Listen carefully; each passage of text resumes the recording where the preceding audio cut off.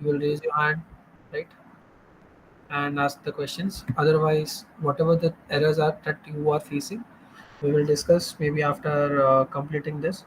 And this is not for you to just copy and paste it, as we discussed in the previous sessions also. This is only to solve your queries and solve your doubts regarding the assignment. And if in an emergency you need some feature or implementation that you are losing marks for, you can refer to the code and you can have an idea about what is happening, right? So yeah, I'll just so I have all the things installed. Okay, so I'll just try start coding it. Okay, so what I will have to do is in this session I will have to, I mean this in this lab assignment I will have to use SQL alchemy, right?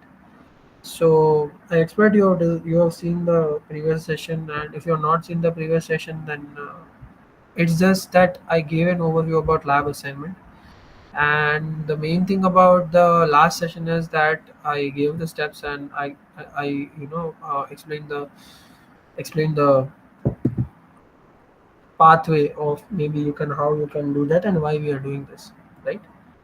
So not wasting time and repeating the things again and again. Okay, so yeah, some people will get bored and sleep right away if I will do that. So I'll not do that. As you can see, I started the recording.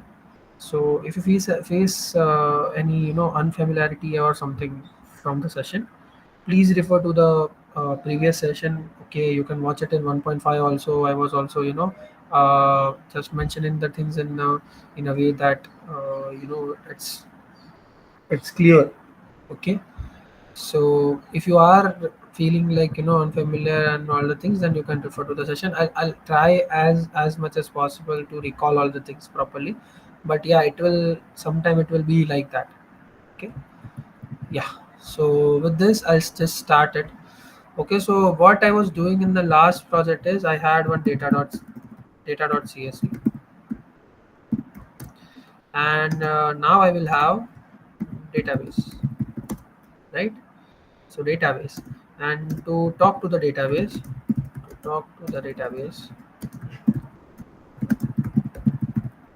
I have SQL alchemy. So mm, this very point in your theory part and this very point in your project path, both of the purpose will be served, and both of the things are really important in a way that you will have to uh, like put some concentration and like study properly these concepts. Okay, so it is really important. So yeah, I'll just do some imports from Flask, import Flask, and render template to render the templates. Okay, request to sorry, render template. After that, request dot form dot get, remember, and redirect. So I'll discuss it, redirect also. Okay, so it was being discussed in the session, but yeah, anyways, I'll discuss it. Flask SQL alchemy, right? Yeah. So we use Flask SQL alchemy, and I import SQL alchemy from it. Sorry, sorry. Import. Yeah. So with this, I will be able to do all the things that I want to. Okay. And now I'll just give initialize my app. App is equal to Flask. That's it. Just a second, huh?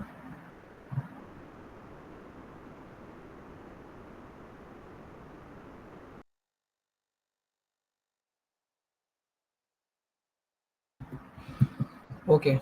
So yeah, and I'll now do the configuration. So anytime, like when you are coding something, so like till Flask, there were not configurations that much. Okay, so you just initialize an app and try doing the things. But for SQL Alchemy, you will have some configurations by default. You will have to do that. Okay, because when SQL Alchemy is running, it will see the configurations and all the things. Okay, so I'll define that configurations dot config. Okay, so this app.config is SQL Alchemy database URI. So the only thing that we will need for now is this one. So I'll just take it from the documentation and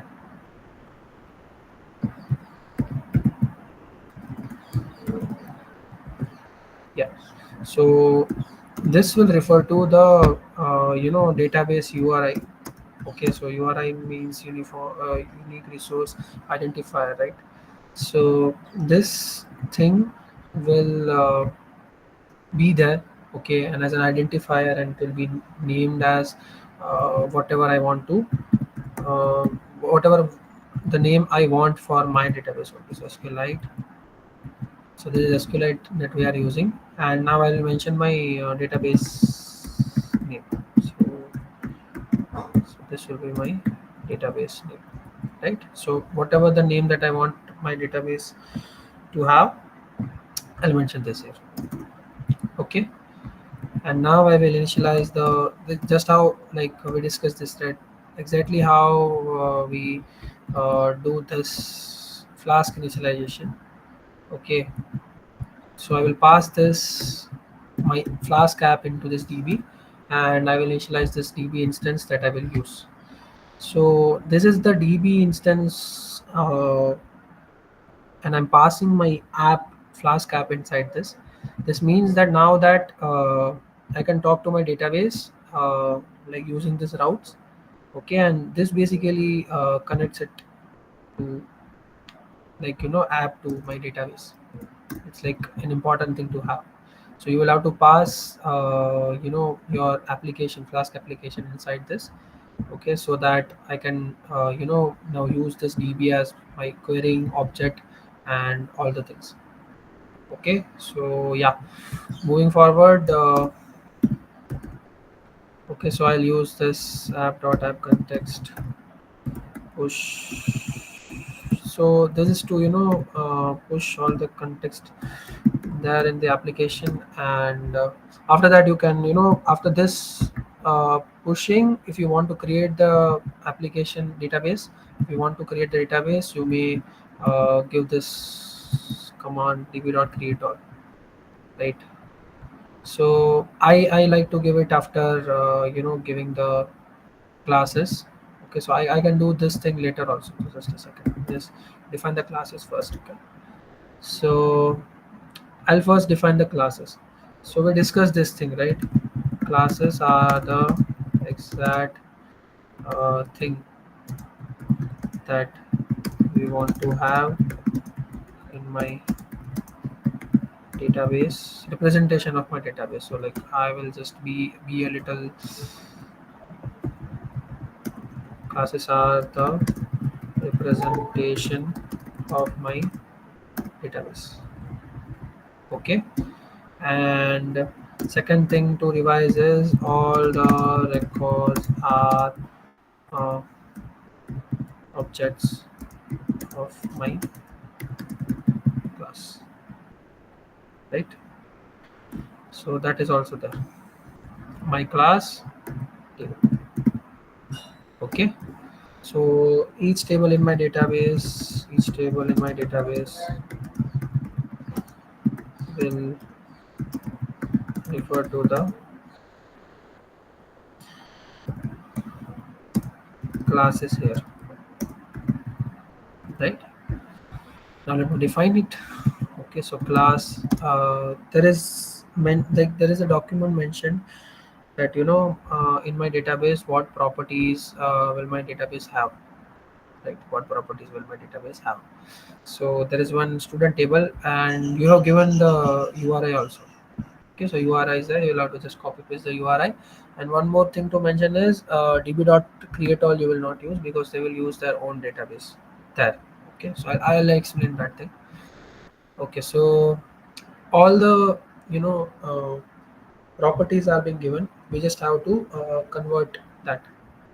Okay,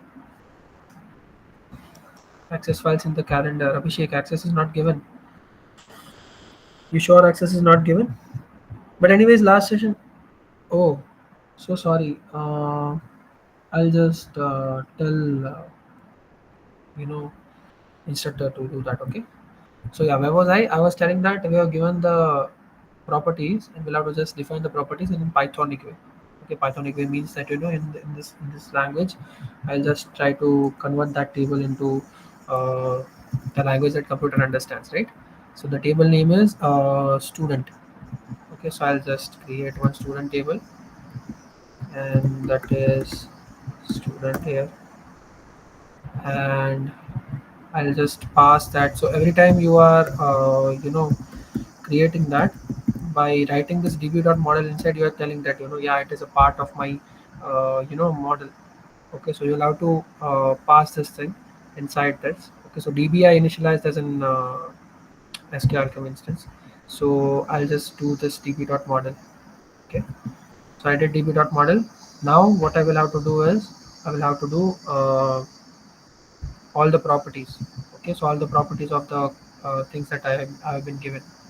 Sorry for the voice, I don't know what voice is this, but okay. So I'll just start defining the properties. So first is the student id. Student id should be integer, primary key, and auto increment, right? So I'll do student id. Okay, what properties it should have? So it is in the pdf only. Okay, db dot column, so it is a column in my database. db dot, so it is, what is the type of that? db dot integer. Okay, and then primary key is equal to true, right? Primary key is equal to true, and all one more thing is auto increment. Auto increment is equal to true. So whenever I will add new record of this student, there will be one auto incremented primary key that will be there, assigned to each object. Okay, so yeah, now let's move forward. The second property is roll number. Roll number is unique and nullable. Okay, so not null it is telling, right? So I'll tell roll number is equal to db dot column. Sorry, this will be like a little bit what do we say? Darshan, Layer. sorry to interrupt. Yeah, When we write primary key is equal to true, doesn't it automatically make it auto increment? auto increment. Primary key is unique and not null.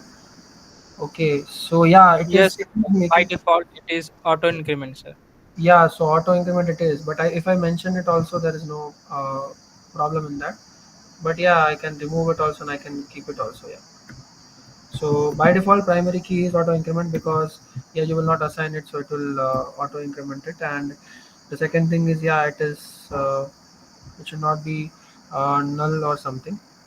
So yeah, definitely it will be unique also. You did not provide unique there, and this also you did not provide it. But yeah, for now, let me just keep it, right.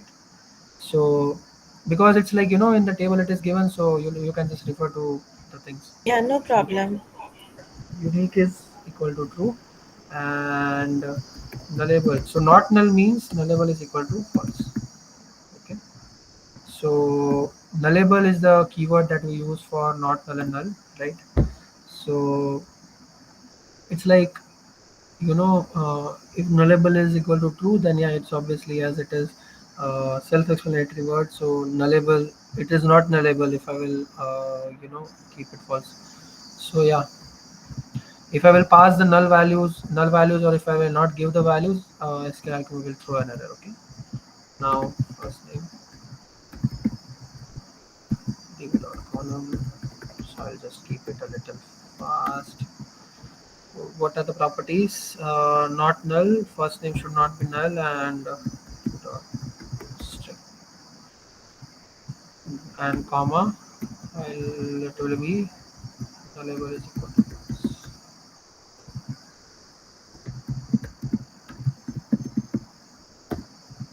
Last name.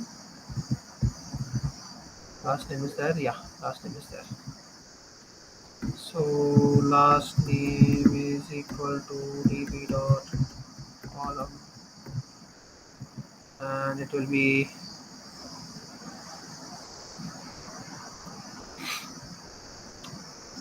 only string. Okay. Okay, so for now, this is it for my student table. Now let's define courses. So all conceptual things are done. So let me just code it really quick. Okay. db.model. What are the properties? Course ID. It is integer, primary key, auto increment.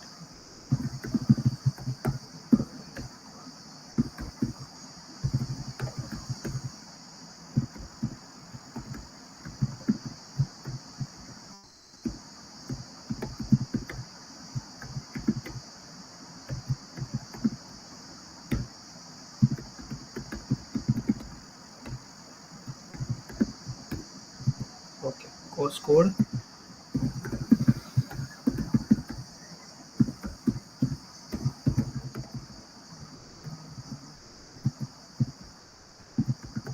is the voice in my background too irritating, or like it is disturbing, or it is ignorable. Sorry.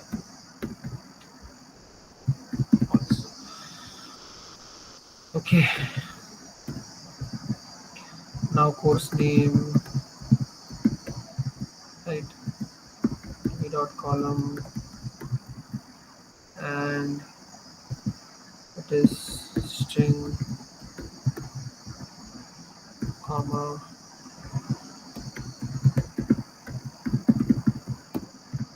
right, and course description.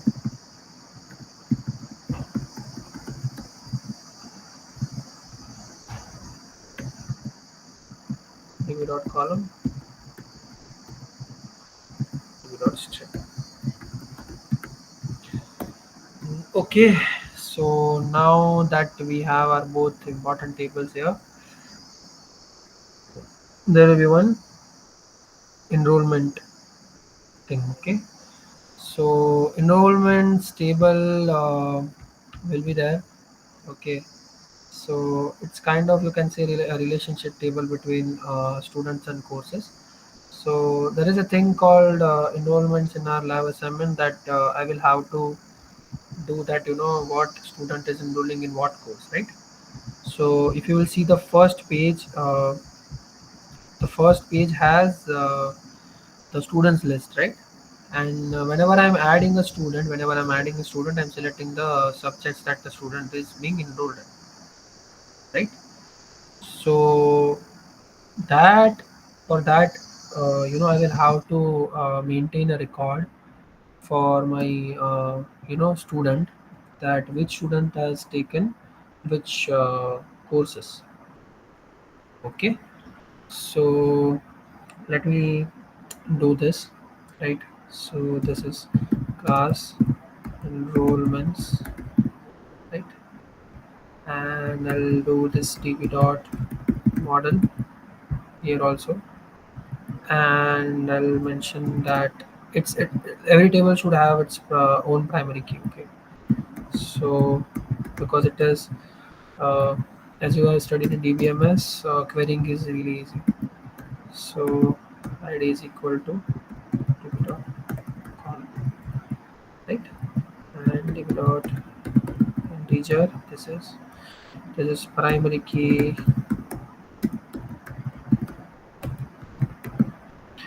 and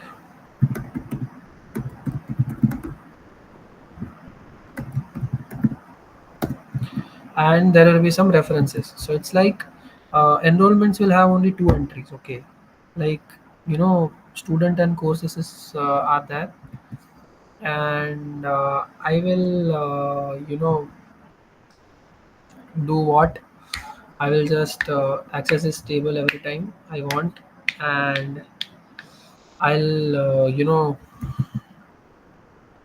search in the table enrollments for some particular student ID, and I will tell that, this is my student ID. Give me all the courses that it is there. Okay, so for that I do this. So this is the table that we'll have to define. So I'll just give a student ID. So this will refer to the student ID that is there. TP dot column. Okay, and this column is integer. So integer, comma. This is foreign key, not any key. So foreign key, and be careful about the syntax that it is using. Okay. So yeah, and now I'll say that the foreign key is uh, student underscore ID. Okay, so student dot student underscore ID. Okay, and nullable, it is not nullable. So like the references should not be nullable. So nullable is equal to false. So I hope it will not give any error. Yeah. So however you like the property is like this only. So whenever it is really easy to refer to some property in SQL algorithm. You can just mention the class name and the property name, unless you are giving more than one uh, class is the same name. Okay. So yeah, that is there. Now e course ID. So that is course ID that will be there. Okay. Dot teacher. And there is one relationship that I will define between the student and the course. Okay. So that I will access when I will need that. Okay. So for now, I'll just keep this table here. And so when there'll be need of doing this. Just a second, whoever is there. Course dot. What is the course ID? Courses. Okay. And comma is nullable is equal to false. Sorry, nullable is equal to yeah. Okay, so checkbox here student should be with a capital letter. Okay, so in where, like in foreign key reference or in class?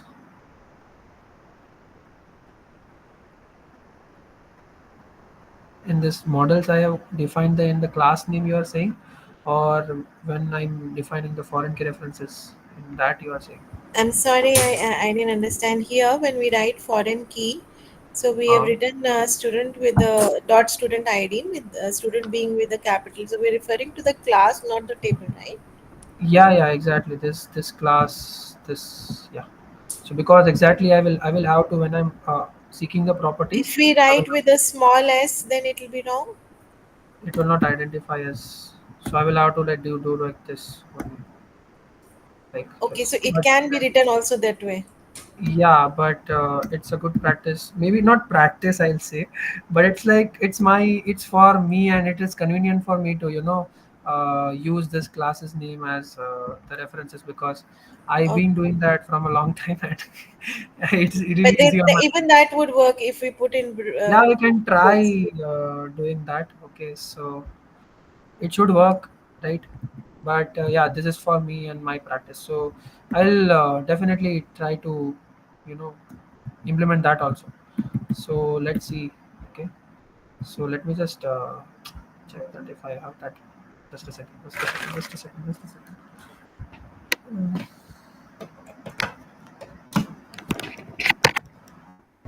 This mine.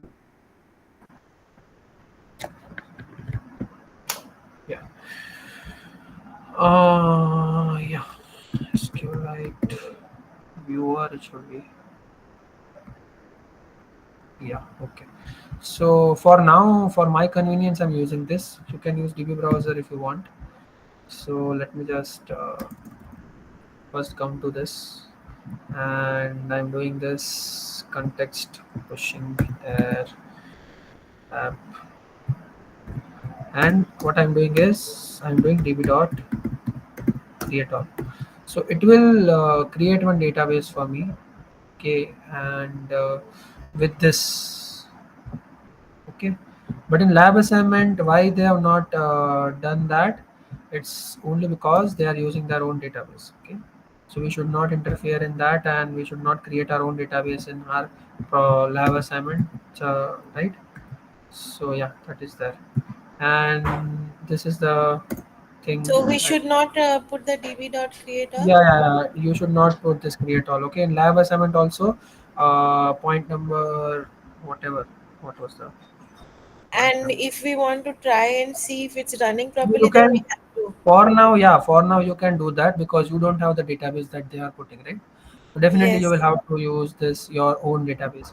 So in the above problem statement in the general instructions it is mentioned that db.create all method call you will not do because we are using our own.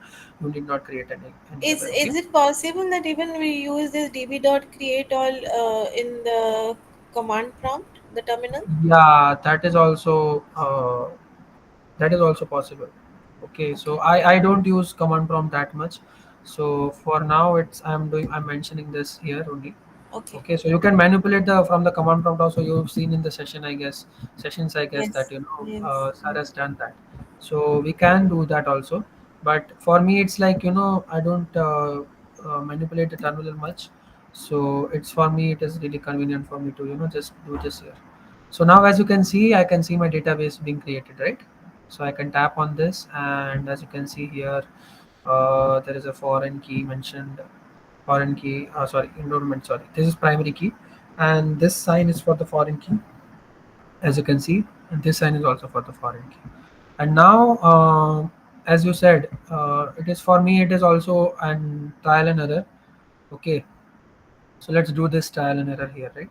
So you will, so like that will not work, but maybe this will work. So I'll manipulate only one. If it will give error, then yeah, then I also don't know. Let's run this again and see. So every time you will do this now, every time it will create. Okay, so I'll just delete this database.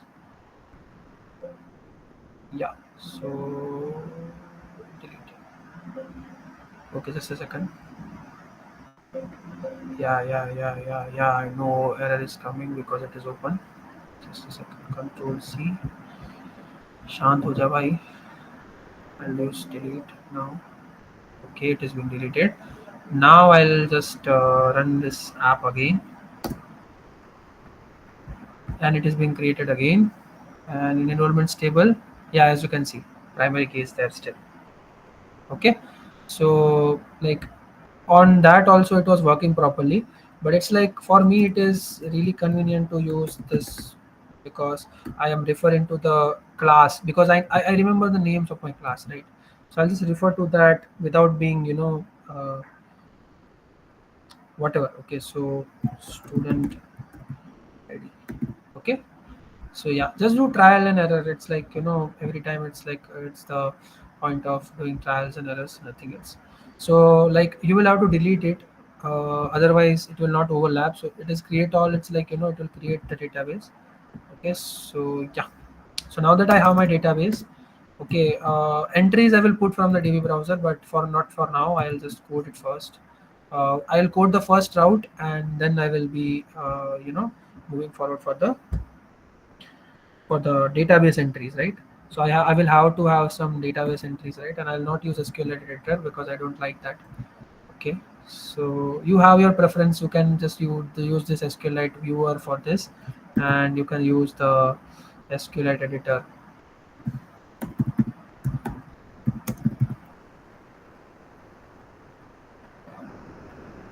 It is taking time. Yeah, this one. Okay. So I'm gonna use DB browser, right? So for now, I'll just close this. Yeah, and I'll just write my default route. Dot. So I'll not discuss this. Okay, this is the thing that should not be discussed in week 5 lab assignment, that routes and all things.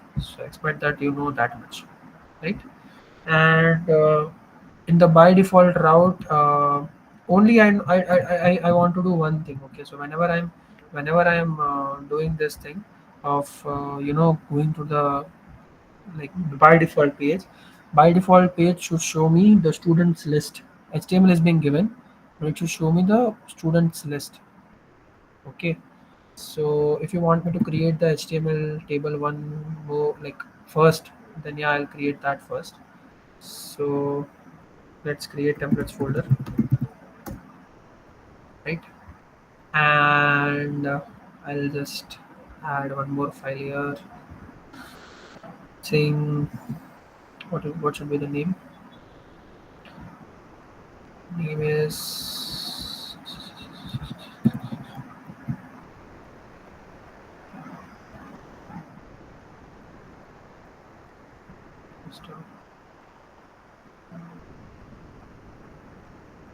whatever, index.html. Okay, so I'll just put it like index.html. Now the HTML that is needed is being given to me. Just a second.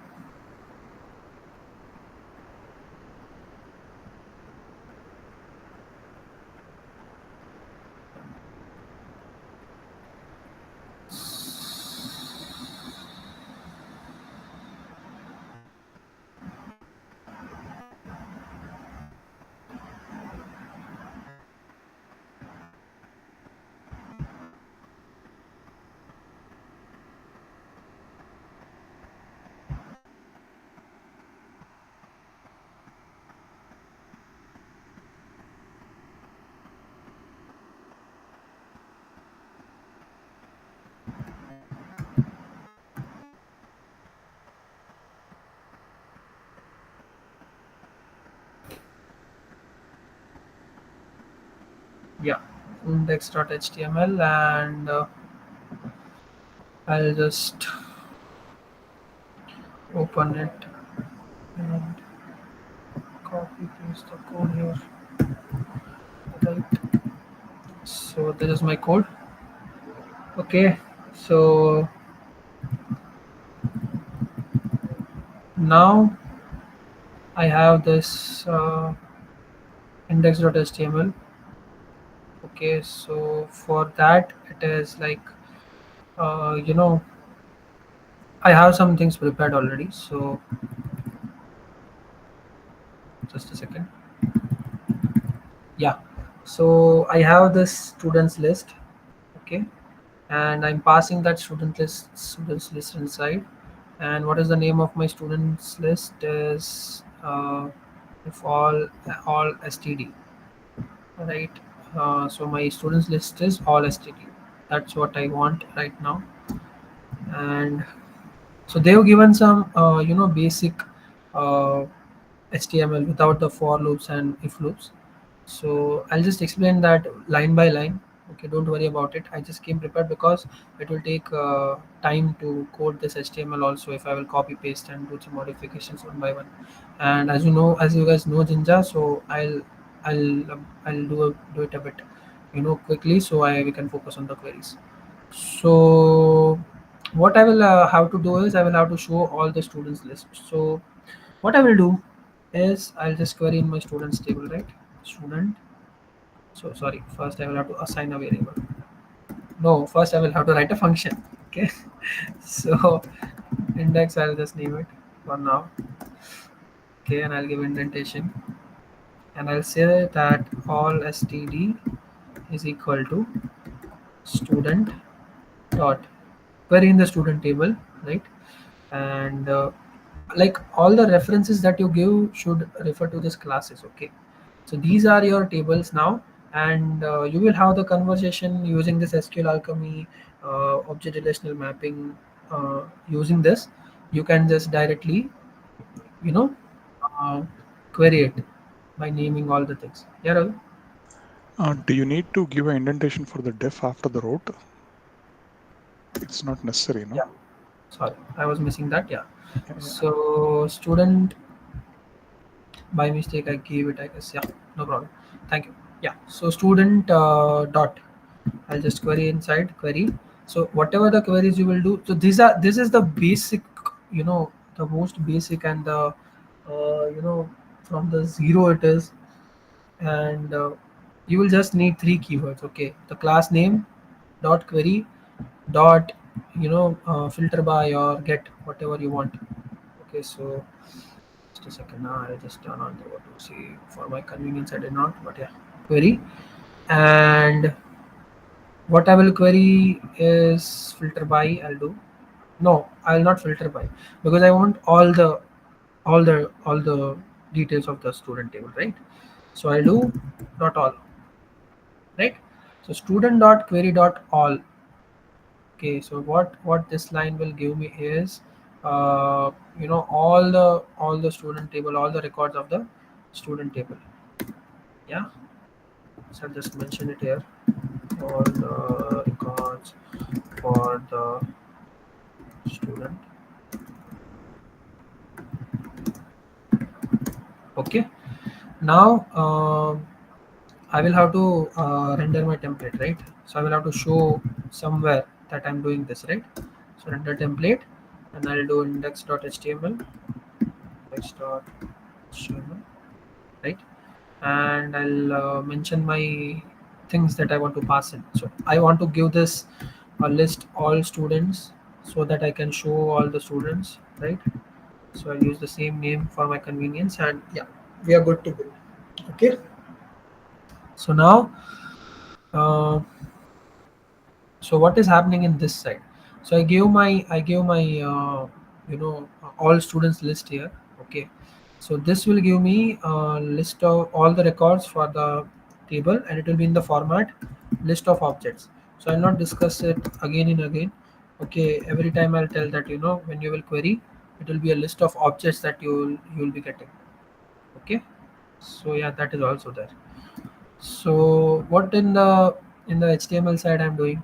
So I'm taking this. Oh, sorry. Yeah.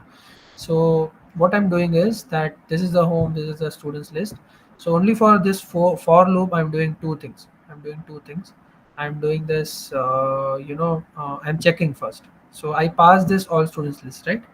So this is if condition for checking if. Okay, so I'll just write it here. Okay, so checking if the all student list is empty, right? That's that's the thing that I'm checking on right now here. And what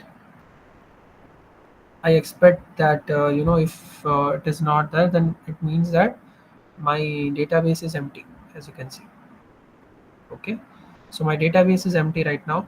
So of course it will give this. So I'm telling that, yeah, if my database is empty, if you queried here, if you queried all the things here, but, like, after querying also my database is this list is empty, it means that my database is empty. And I'll tell that no student found, add the students now. Okay, and else there will be a list of students. Okay, so if condition here, else condition here, as you can see. And I'll give this headers first, and then I'll query in this for student in all students. I'll give this student. It is, as I said, it is a full object. It is an object of this student table, right? So I'll query in this student table. And yeah, Satya. Sir, whenever I was using, I mean, creating this table and all that, whenever I was querying the data, there was one comment coming in the portal, I mean, the terminal section, that says model dot query and session dot query. What is the difference between? Model dot query, session dot query. uh, It says something like that. I mean, you can use session dot query. It is the newer version or something like that. yeah, there will be some updates or something. Yeah, but So what uh, should we use? Model dot query or session dot query? I yeah, use so model dot query. if that is working also, there is not a problem, because the only thing that this is checking is you are giving the relevant outputs. Okay, so the coding approach can be different. Okay, and it's like there are some updates here. Okay, so if something is mentioning in the thing, so as you can see, look, I am running this code. I can't see anything coming in. So maybe, You yeah, sorry. yeah, it is not there. That's Yeah, why that's it right. is more confusing. Yeah, Why it is so coming? Right. yeah, so you can use this also. For this, it is working for you, right? Using db.query, Yeah, db.session.query, right? yeah, that is working. Yeah, then not a problem. It is not a problem. Okay, if there are updates you can use, it is working, then it is good. Okay, but like it's like I made my whole Madden project in that, so this is working properly, and yeah, there are some updates, and it will work also. What it is saying, it will work also. Okay, so I'll not go into that, because anyway this assignment is really complicated for you guys, so I'll not make it Yeah, more complicated. I Yeah, thought so maybe something I was doing wrong, and no, that's no, why. no problem. If the things that are mentioned in that, if it is I'll have to confirm exactly what you are referring to, but no problem. Will it? You can try that, and if it is working, then it's not a problem, because it's a newer version and there are some updates. Okay, maybe Okay, some things are there that I am coding being outdated or something, but for me, for me, it's like if some things are working properly, then I'll not. okay, maybe Mm, my installation make is it. fresh. That's Yeah, why. no problem. Yeah, Yeah. no, Okay, that's sir. it. Yeah.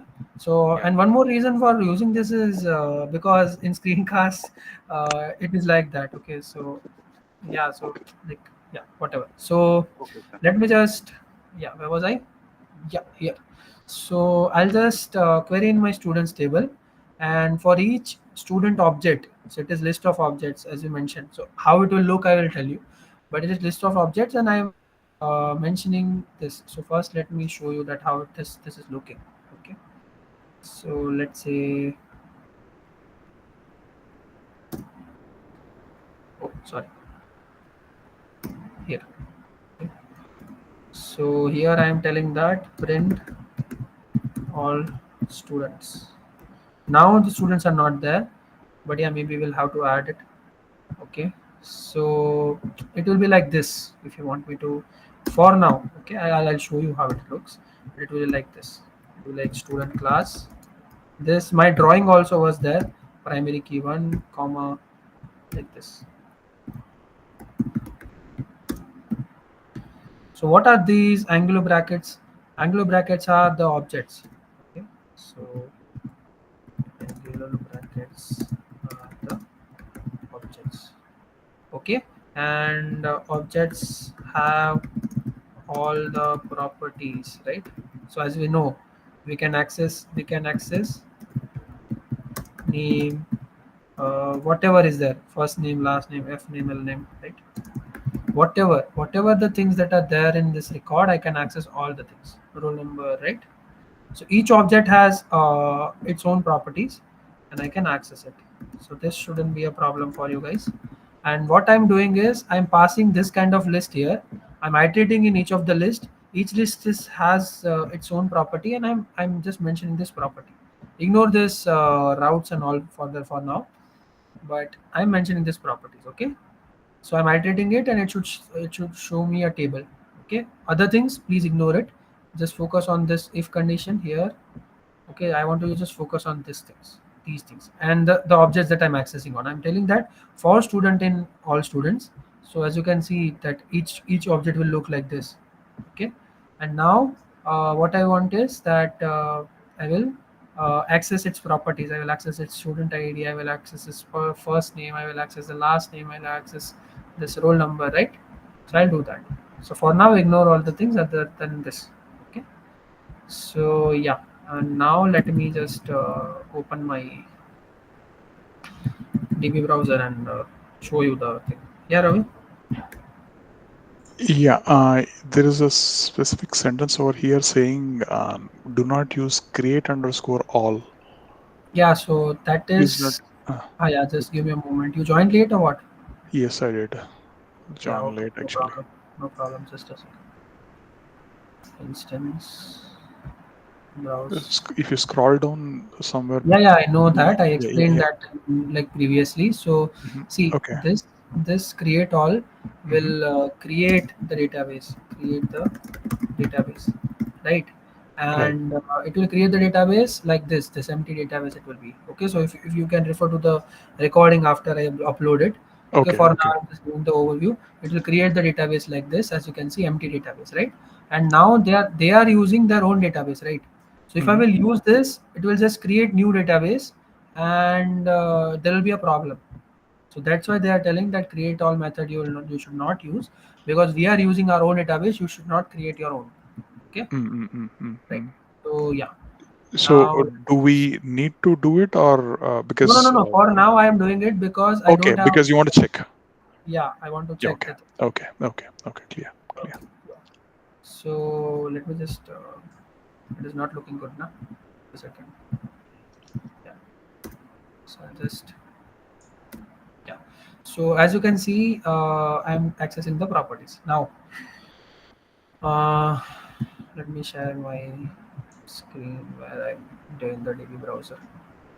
So if I want to add, okay, I can add from the terminal. I can do some things, but I just like this. Okay, so there are too many approaches. Sessions also discussed many approaches. I opened this database in DB browser.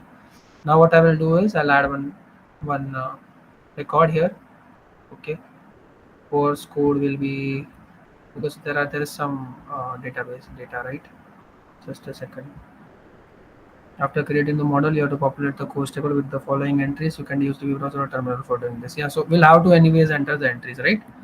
So yeah, let's just do that so that I can CSE 01. Oh, sorry, CSE 01, right? And course name is Mad 1. And description is so I'm just being a little, you know, I'm showing mercy to myself, not using the exact words that are there, because I'll have to manually type it. I don't want to copy, so yeah. And like keep this thing of typing on your own, because you'll need that thing in in your you know in your project, right? So it is good to have this habit of writing it. I know this is a time waste right now, but just give me a moment. I'll just complete this one. We'll be continuing,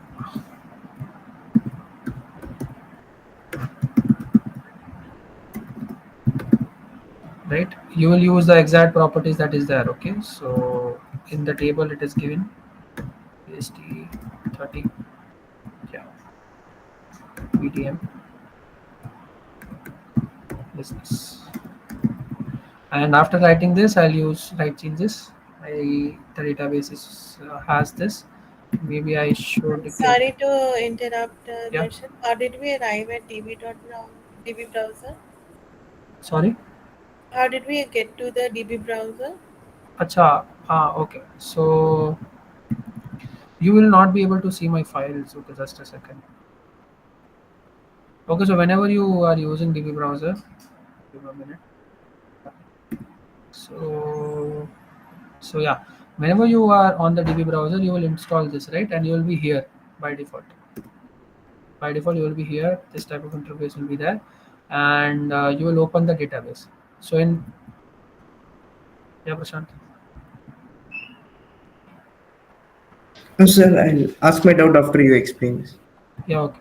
So So as you can, we just download and install DB browser. yeah. Install the DB browser. Okay, so you guys in the session, it is not being there. It has not been Right? discussed in the session. How to use DB browser in the sessions that is being taken by others, sir. It was there or not? Downloading Uh, and installing DB browser.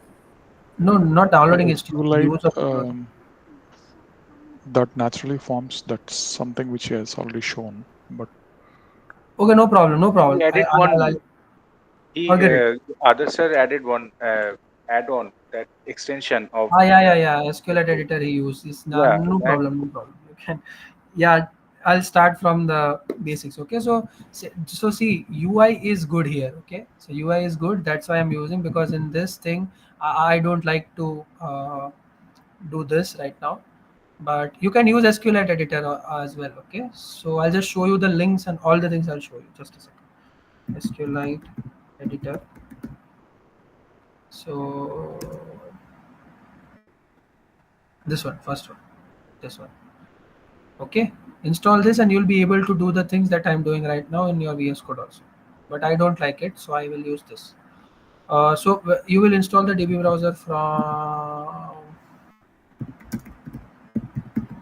so just first link, you will go to the downloads, and here is the link for 32-bit, 64-bit, whatever you want to install.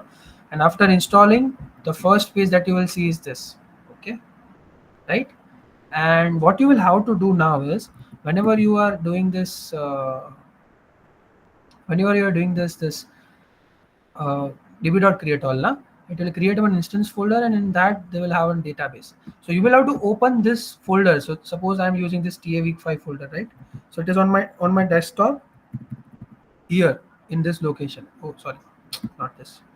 So I'll just open my database here. So as you can see, it is in my desktop, TA week 5 instance folder. So you'll have to locate this particular thing in your device. Okay, so you will have to just see that where this instance folder is being located, and you can just open that from here. So you will tap here, and I'll do a tap on open. So this is the thing. I thought you guys know that. No problem, no worries. Okay. So yeah, it's good. It's good that you mentioned this. So yeah. Also, if some of you don't know this, then you can know it. Okay. So you can use this SQLite editor or use this. Okay. So I'm using this because for the sake of my convenience, nothing else. So if you want to add data, there is one add record. Insert a new record in the current table, as you can see, right? And there are some tables here. You can just browse the data here, database structure you can see from here. You can execute some queries from here, right? So it's like that. Okay. So yeah, it is really easy. And whenever you make some modifications, you'll have to do this write changes. Okay. So yeah, two things are there. And one more extra thing, that when this database is open, app may give error. Okay, when you are editing something and it is open in another website, so app may give error that it is in use. So make sure that once you make the changes, you close the database. Okay, and whenever it is needed, you can open. Sometimes it will not give error, but there is a chance that it will give error. Okay, so that is also there. I added the things. Now I'll just go to this document, and this is being done. Okay, now let me add some student data. By default, that should be there. Something should be there, right, to test. So this, make sure that you don't type here. Okay, it is filter, so don't type here. So just add one record like this. It is auto increment primary key, and I'll use 22f2. Oh, sorry, 22f2 0101. For now, I'm just using it for my uh, purpose of.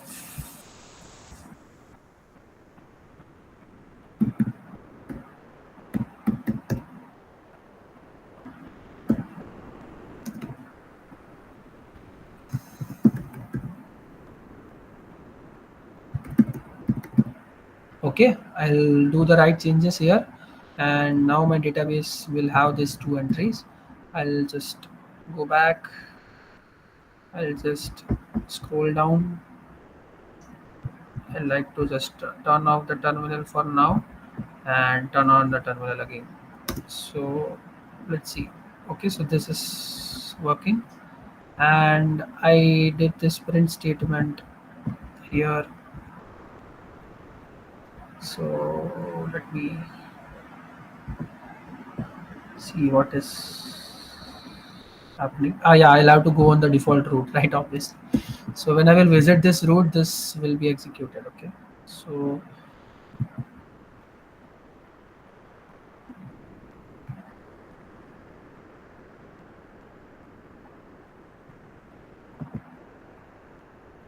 So as you can see here, you can see this. Okay.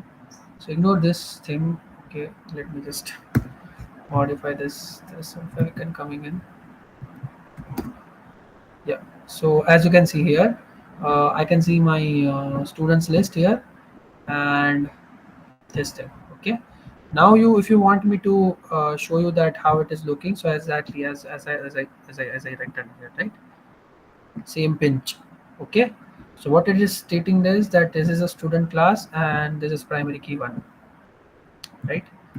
Okay. So now let's move forward, and I'm just accessing Could you its just show the index HTML?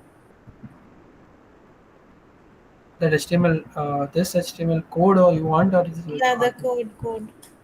Sure. So here, as you can see, empty. If it is empty, then I'm checking it. I'm iterating it. Other than that, just ignore all the things. Okay, for student, in all student, the list that I'm passing inside, and I'm accessing all the properties of the student here one by one. So I'm mentioning this TD with student dot student ID, and this property should be same as this, right? Because it is an object of student class, now. So it should be same as this, right? Yeah. So that is that. Yeah, you can just see this. Focus on this code right now. Okay. After that, I'll explain the things one by one. Uh, you're going to explain this code as well? Yeah, this code, as in like I explained this part, right? This part. But after that, some things are there that I wanted to mention, but I want to mention. I'll mention it when I will come there, right? So Just can I see one thing? You've gone through a for loop, and you're giving student ID, yeah, for serial number, yeah, and in the second line, what is this? this is roll number. So this I am telling now. This just don't just ignore this for now. I'll So come that. you've taken student ID for No, both no, no, roll no, number and no, no, student. no. This is href. This is hyperlink, as you can see. The value is here is roll number only. I'll come to this hyperlink. That's what I'm saying now. Come to this hyperlink. Don't worry about this now. I'm a little confused by this. No, no, no, no, no, no, no, no. Just ignore this for now. So if all this end if statements are all missed, then it will go directly to the add student, is it? Is that what is being interpreted as? Yeah. Yes. After the So, table, you have href. yeah. So href is here. Roll Yeah. number, as you can see, it is also href. Yeah. So just don't worry about this, right? The same thing I said. The same thing I Okay. said, that Okay. just don't worry about this right now. Okay. Hmm.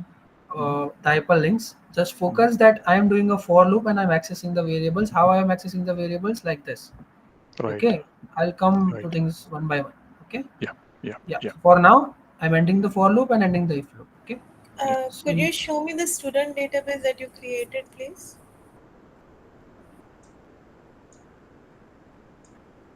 yeah. So yeah, because of some reason I typed it, but I was not able to save it properly, so it is not visible. But no worries. Last name can be empty, right? So yeah, this is the database that I created. You want me to go to the models?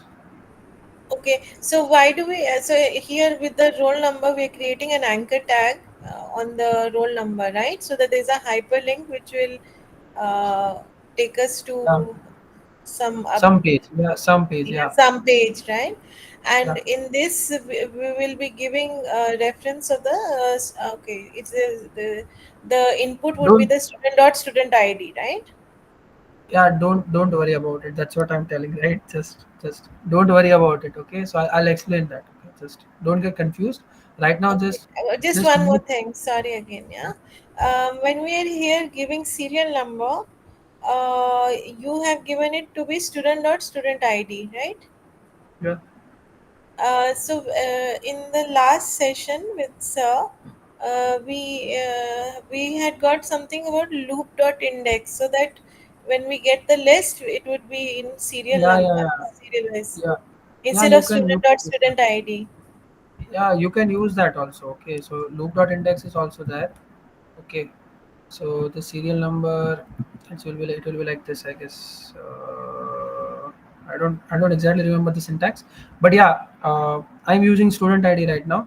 but I will use loop.index. Okay, so yeah, I'll change it. Okay, All right. so for now, just focus on this. Okay, and just make this clear that I'm how this forget this hyperlinks. I'll just make this thing clear that I am using for loops, and I'm you know iterating in each list, and it is giving me this output. Okay, this output, right? Okay, and give me a minute. Okay.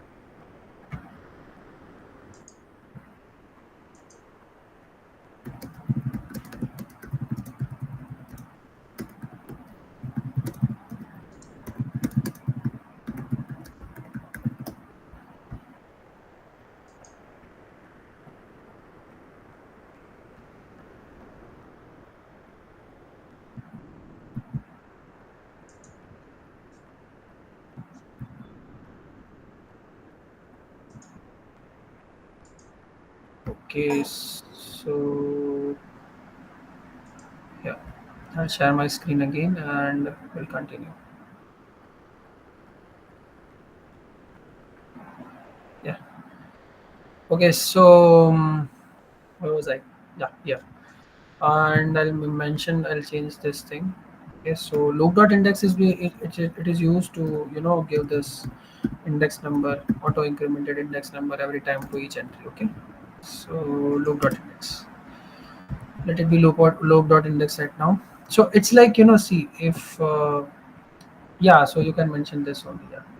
So this will be confusing because whenever I'll use that, the student ID will be different, and if some entry is not there, then definitely it will cause an error. But for this, why student like this auto incremented student ID makes sense, because I'm querying in all the database. Okay, I'm not missing anything or I'm not doing anything. So whenever like I'll be adding here and I'll be doing here, this student ID I can use as a whole, right?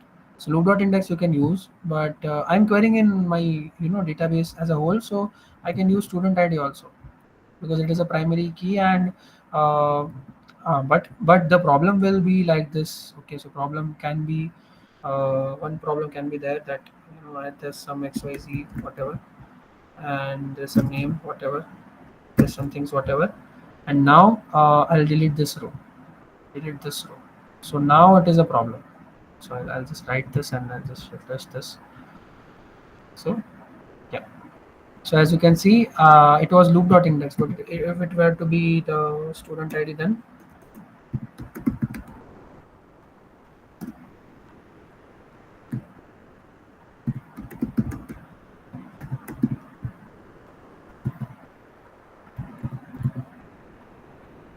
see 3. So for that we use loop.index. Okay. So I'll just continue doing that.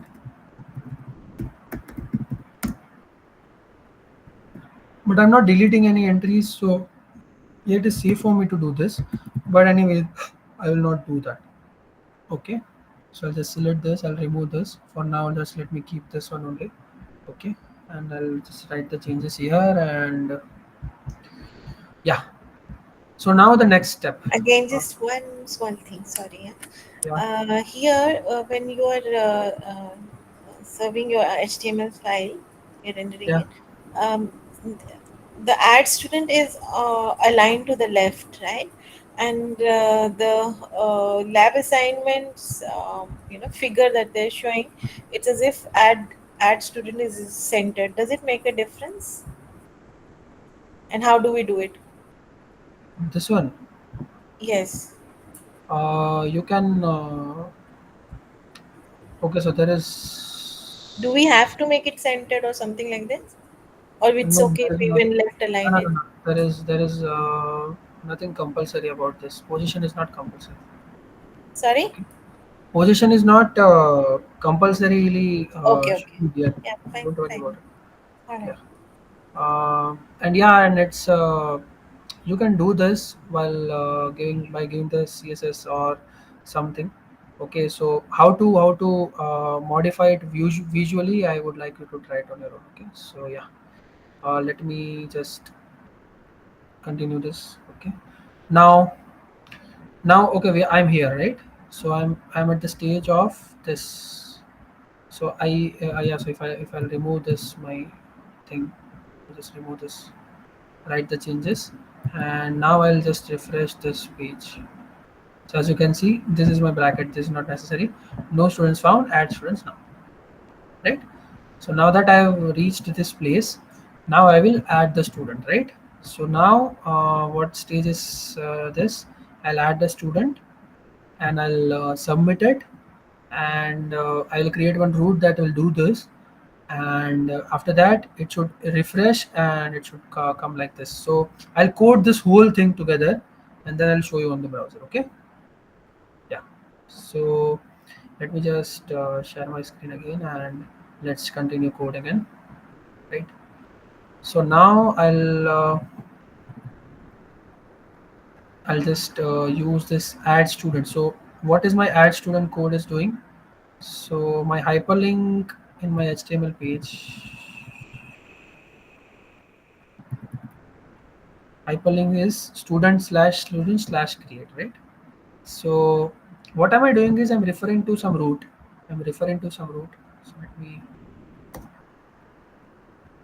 I am referring to some route by tapping this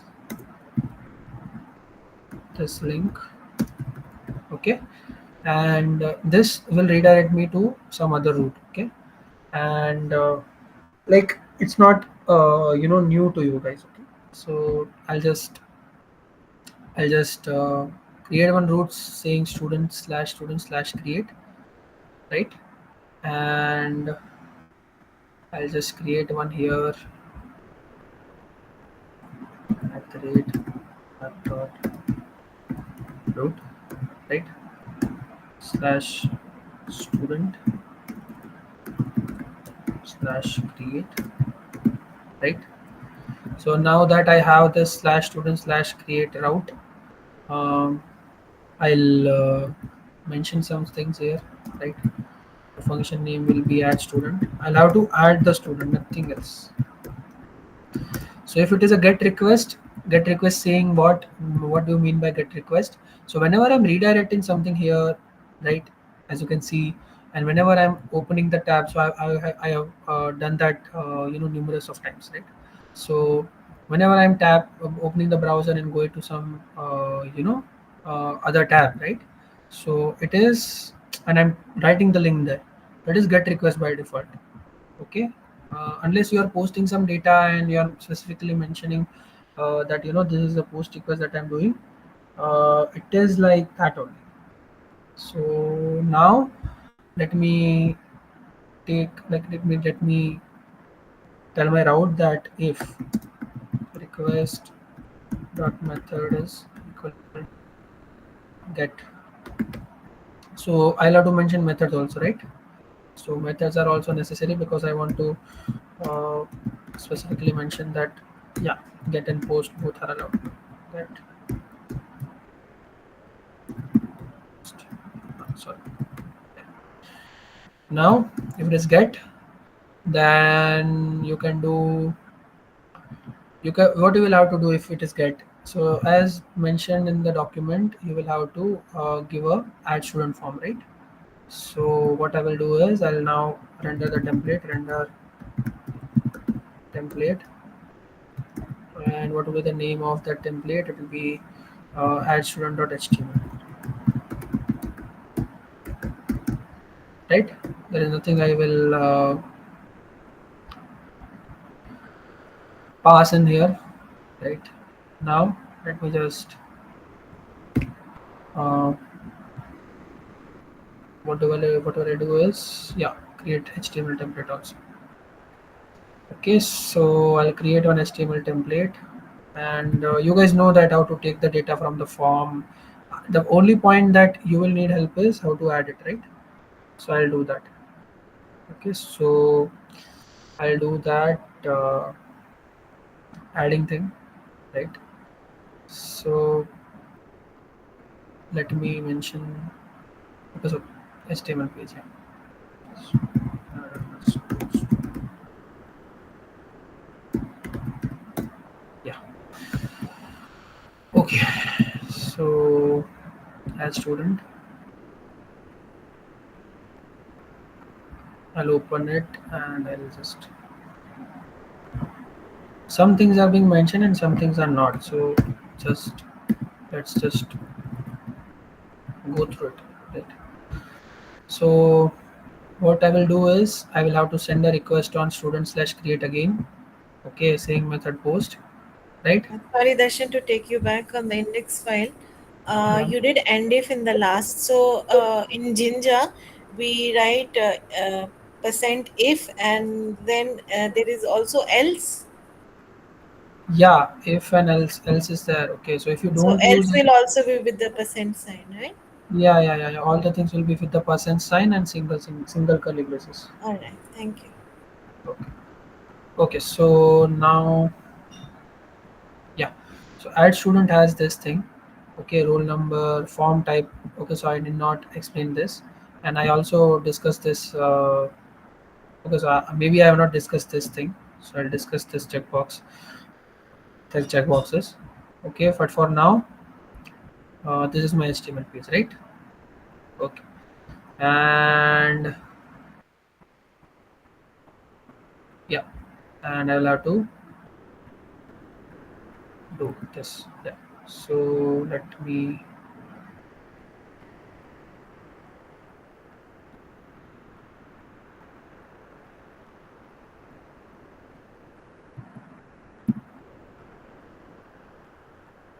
is running. Just refresh this now. Add student. Oh, okay. Sorry. Return. I missed. Return. Yeah. Should refresh. Yeah. So as you can see, my add student. This is there. Okay. And whenever I will submit this, it will send a post request to the same route because I'll need that, right? So like slash student slash create, so this is going to my slash student slash create route, and it was a get request. I was redirected it, so that's why it is giving me this type of page, right? So now that I have Here you've added break tags. sorry, Have you added break tags? break line breaks. Acha, BR text. Yeah. Yeah, I have added, I guess. Yeah, there is BR tags. Yeah. Sorry, break tags. Yeah, so now let me inspect here. Okay, and make you understand that what will be sent here if I will select some particular things. Okay, so as you, I hope you can see my inspect. You can see, right? Yeah. So I'll just drop down this. I'll just open this, right? Open this also, this also, this also, this also. Okay. So, so whenever I am sending the data, right? So I'll mention whenever I want to send the data name. So name is the key that I will access the data from. After that, this required keyword is like you will have to enter the data here. Okay. So it is by default it will not let me submit the form if I will not mention. After that, this name also this it is the key. This is the key, Sorry, but this required will ensure that it will not get submitted without filling this. without filling this, yeah. So It's it will let like me. when we have on a form an asterisk sign like that. Yeah, so as you can see, please fill out this field. Yeah, so that asterisk sign, yeah, you can refer to that thing. So as you can see, I'm trying to submit it, but it is giving me the error. Please fill out this field. So that is there. I closed mine, but just a second. I shall not close this. Okay. So the main thing that I will have to, focus on is whenever I'm selecting the checkboxes like this. So in checkboxes, radio buttons, all things are same. If you know one, then you know all. Okay. So whatever I'm doing here is that I am giving the same name to all the things. So this is course, this is course, this is course, and this is also course. Okay, and values are different. Course one, course two, course three, and course four. So what is happening is that if I will select this mad one here, if I will select this mad one here, then then uh, like this will be sent. Name courses. I'll ask my Python code. I'll ask my Python code that to fetch this name is equal to courses. Okay, so this four things will be checked. Okay, but if you select this, only then the value will be there. Okay, so suppose I'm selecting this mad one, so it will send name is equal to course one. Okay, after that if I will select this, it will send course one and course two both. Okay, if I will select this, it will send course one, course two, course three, course four both. All sorry, course four now it will send.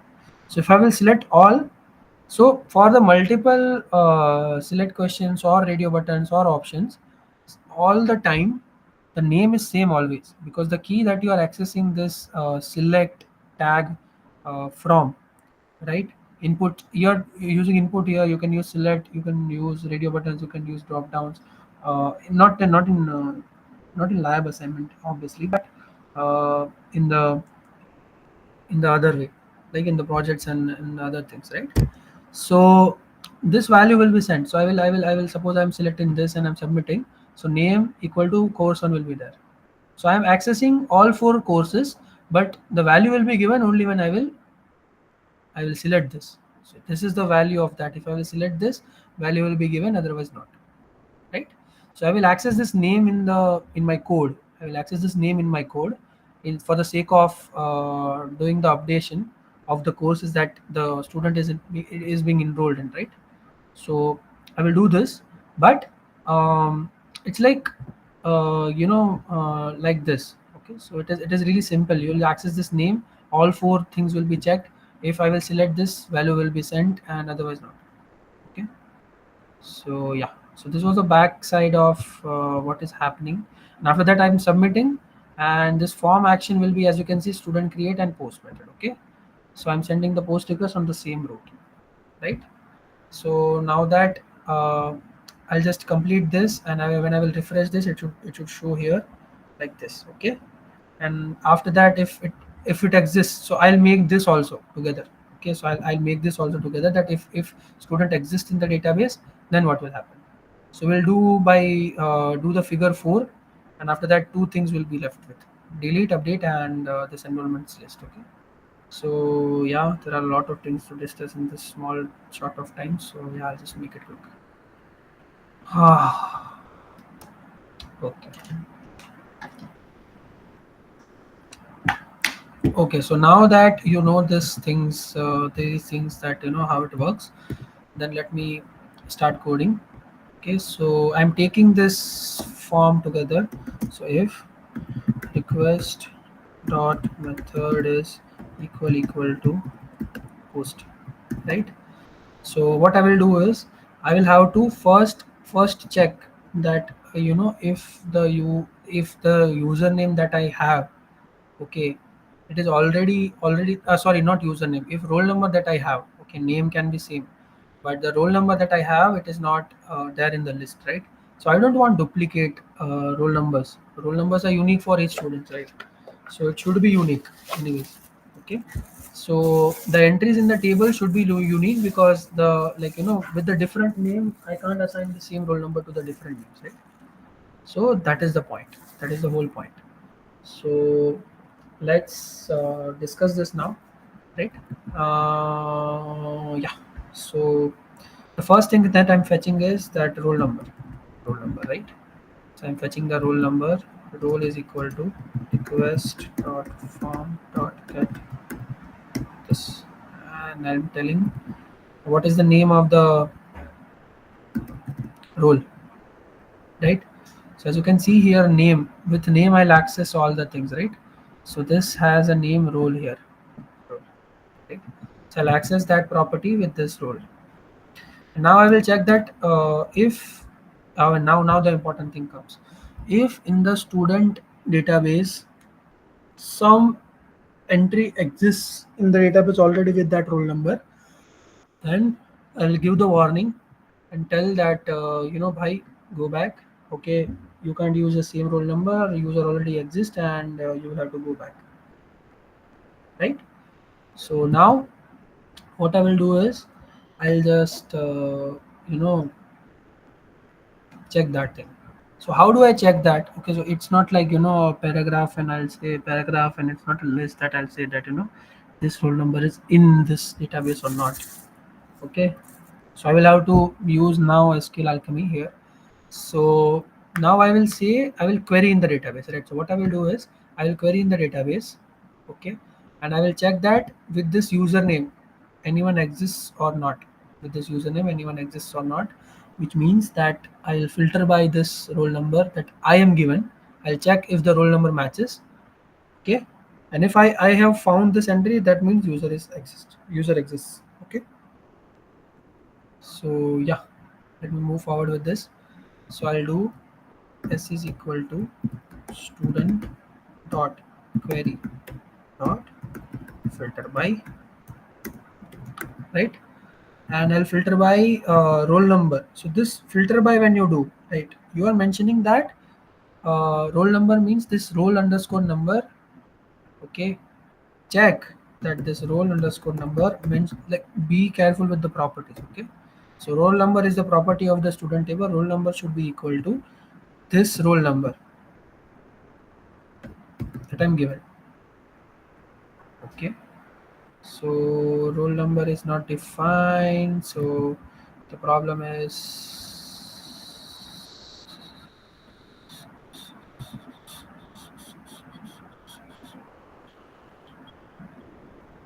so I'll have to mention, I guess, this, right. Yeah, so Sir, and I, single equal to will come. Right? sorry, Single equal to sign should come. okay, just a second. Yeah, okay, sorry. Okay, so this is also, and that will also work, okay, but no problem, like, we can just move forward doing this, okay. So first, so this first means that you know I am taking the first entry of my query result, okay. So as you know, so this is important, as we know that primary key is the roll number. If I will query in the database using primary key, I'm getting only one row always, right? So this is not a problem, right? Because I'm uh, using Then primary why key do as we my have to search do filter. first? Then why do we have to Sorry, do first? Then why are we doing first? If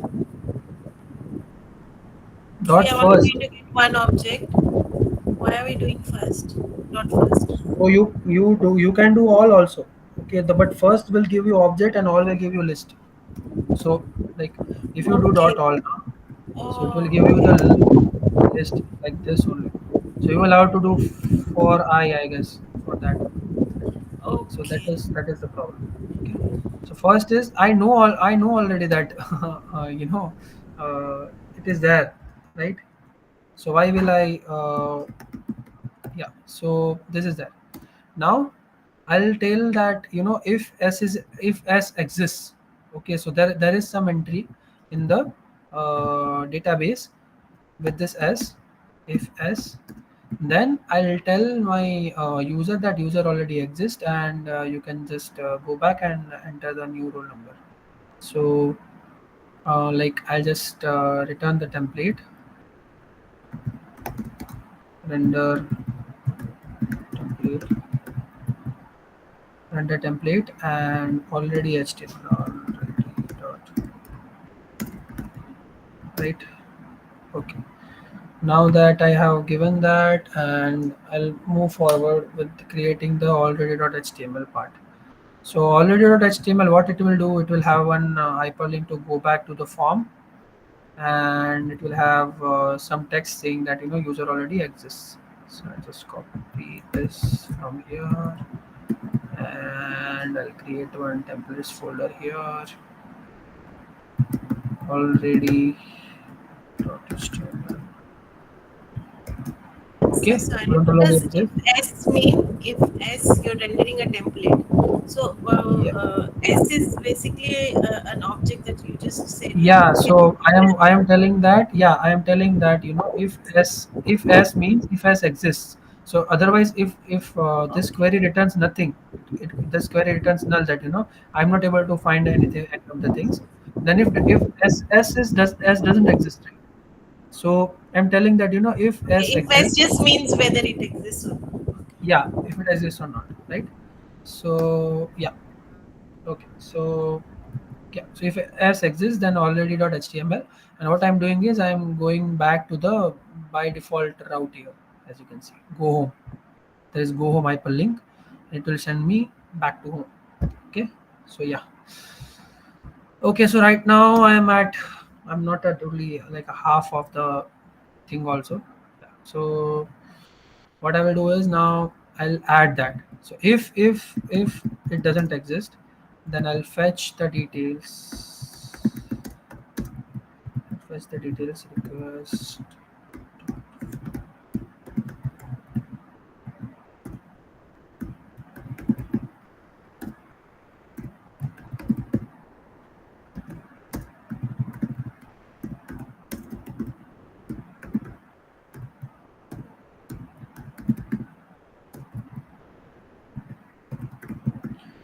Okay, so we have not defined this. So I'll just go back and define the relationship. Request dot. Okay, so I'll not write this right now because it will confuse you guys. Okay, so let me just define what I meant by the relationship. So see, there will be one thing that you know will be irritating to do, right? So somewhat, imagine one hypothetical situation when I'm giving this enroll, like I'm giving my student ID, and I want to know that how much, how what courses I have enrolled in. Okay, so the steps that I will follow is: one, first I'll search, and I don't want course ID. Okay, I want course code, suppose. Okay, so what I'm doing is I'm giving the student ID. Okay, I have this enrollments table where I have stored that what student has enrolled in what course, and there is course ID here, but I want course code, right? So first thing I'll do is I'll search in the enrollments that the with the given course ID, sorry, student ID. And now the second thing that you do is that you will get a course ID list, and you will search, you will query in course course uh,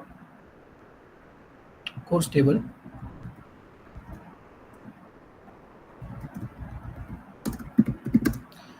and you will fetch the properties. You will fetch the properties. But if I don't want to do this, this is basic approach, right? Now if I don't want to do this, then I can use relationships. Okay, so relationships are always related with object to object. Okay, object to object. So I'll explain what I mean by that, right? So it is always object to object. So now I'll mention one relationship: courses here is equal to db dot relationship, right? And I'll tell course, comma, with course I'm doing this. Backref I can do. Backref is like when I want to reverse, take a reverse reference of just a second, student. And yeah, yeah, Shijin. Sir, actually, am I audible? Yeah. Good evening, sir. Actually, my doubt is not related to this. I wanted some help in Mad One project if possible. Some guidance. Uh, like today it will not be possible, Shijin. Sorry, you can come in the next session. I'll be happy to help you in that. Okay, Next sir. session Okay. is yeah, day after tomorrow, I guess. Yeah. So you can come Okay, in sir. that session because yeah, yeah, okay. Okay, Thank you. so let's continue, guys. So when I want to use back reference, so I will explain that back reference also. And there is one thing called secondary here. Okay, not Daru. There is one thing called secondary here. Secondary is equal to uh, enrollment table. Okay, so you can. Hmm, okay, so I'll not. So because it doesn't know this right now, so I'll just give it as a string. If it would be defined, then yeah, it would be really good. But yeah, no problem. So see, now what is happening is I defined one relationship.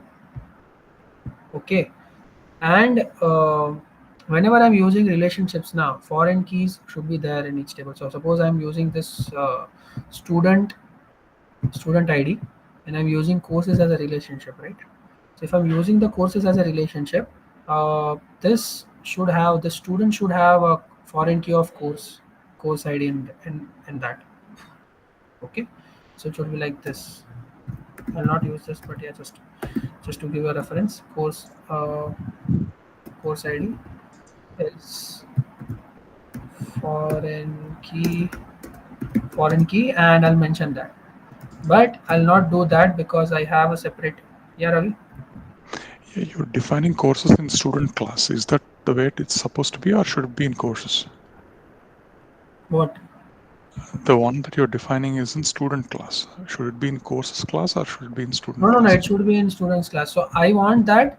I will give you one student ID, and you Uh-huh. will fetch the details of the courses that student is being enrolled in. So it is Oh, okay. in Okay. that place. So Okay. now that I have used this, and I have used this secondary term. So this secondary term means that if foreign key references are not there, you'll use this table to define the relationships. Okay, I'm repeating myself. So if foreign key is not there, as I mentioned, okay, in Mhm. relationship you have, so the secondary word means that I'll use this enrollments table, okay, Mhm. Mhm. Mhm. as to define the relationship between student and courses. Okay. So what it will do is I will not have to do this double queries. What this relationships are really beautiful, you know. So what it will do is it will just match the objects of students and courses, right? And it will make a list of objects. So I will tell you how it should, like, in an imaginary world, how it will look. But it will just combine one row and one row. It will just connect the both rows. So now, as you can see here only IDs are connected. Now in Mhm. relationships you give your all the things. Okay, so you just give all the things, and objects will be related. So now let me just define this. Okay, so yeah, so how it will look, first of all. Okay, so there will be like this relationship table in the imaginary world. You just imagine like that. So there will be one student object, suppose one. It will be related to whatever the courses I will select in the form. So suppose I'm selecting mad one only. So there will be one course object here, right? Course ID, courses object, and it will be one like this. So now this courses list. So it will be like a list of objects that are related.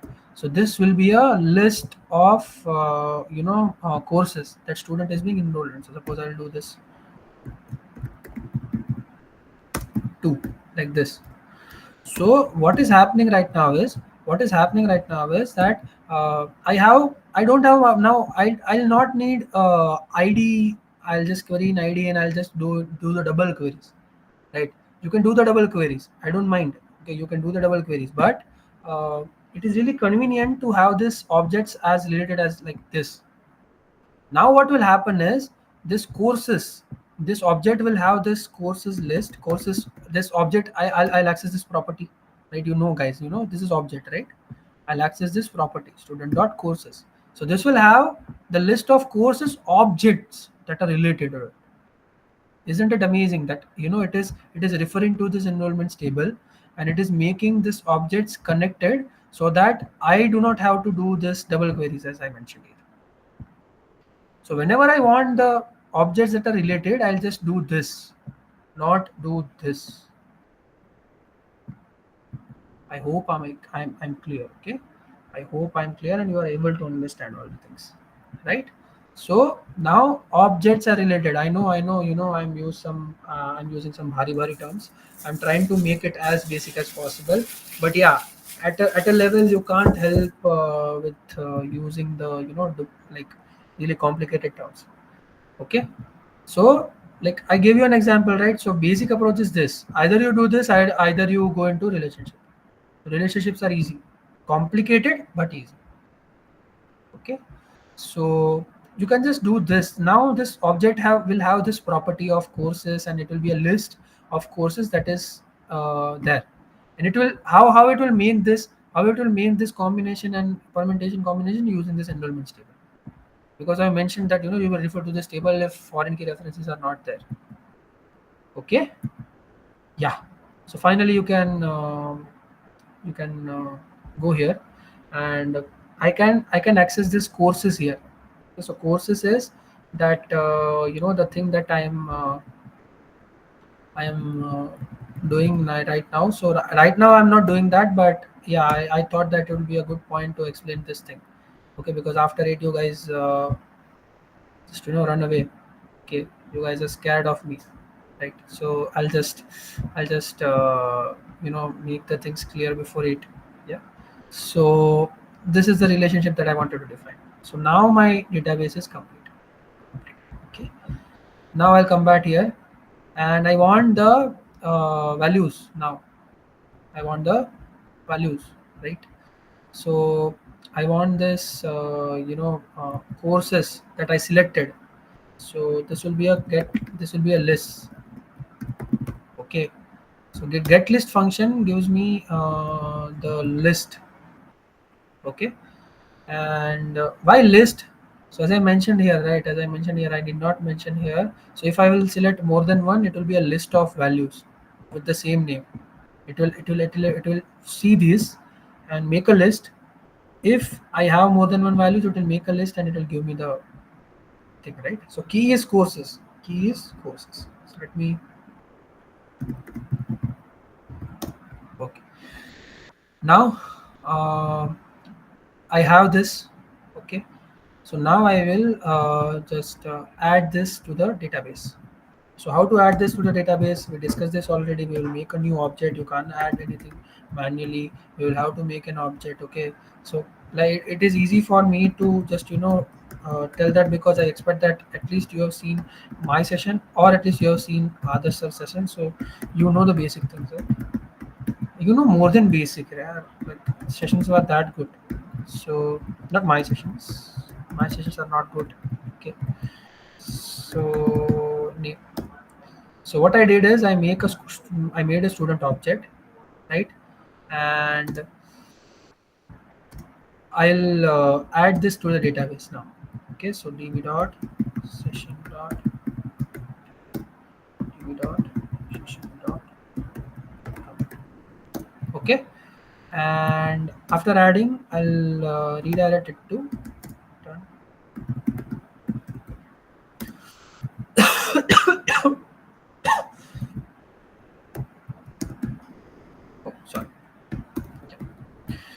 and yeah, we are good to go. Okay, so now one more thing. Okay, so I'm taking this list of courses that I can see here, right? You can see here, right? So now the interesting part comes in, that how do I connect the selected options using this enrollments thing and students thing and relationship blah blah blah. Okay, so what I will do is, what I will do, the simplest thing that I can do. Okay, so I'll just do one thing is,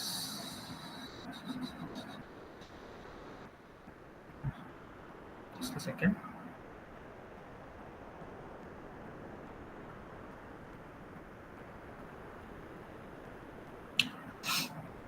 Okay, so course. Okay, so now that I have added the student part, I'll just go down, and how to add relationship, how to add relationship. So I will not define the things, because see,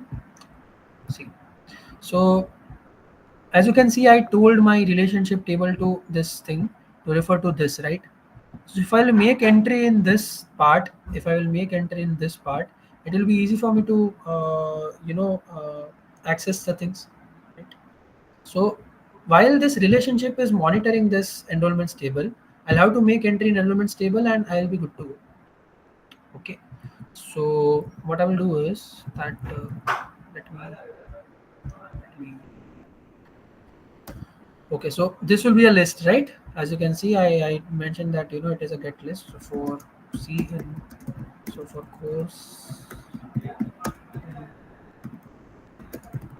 courses, right?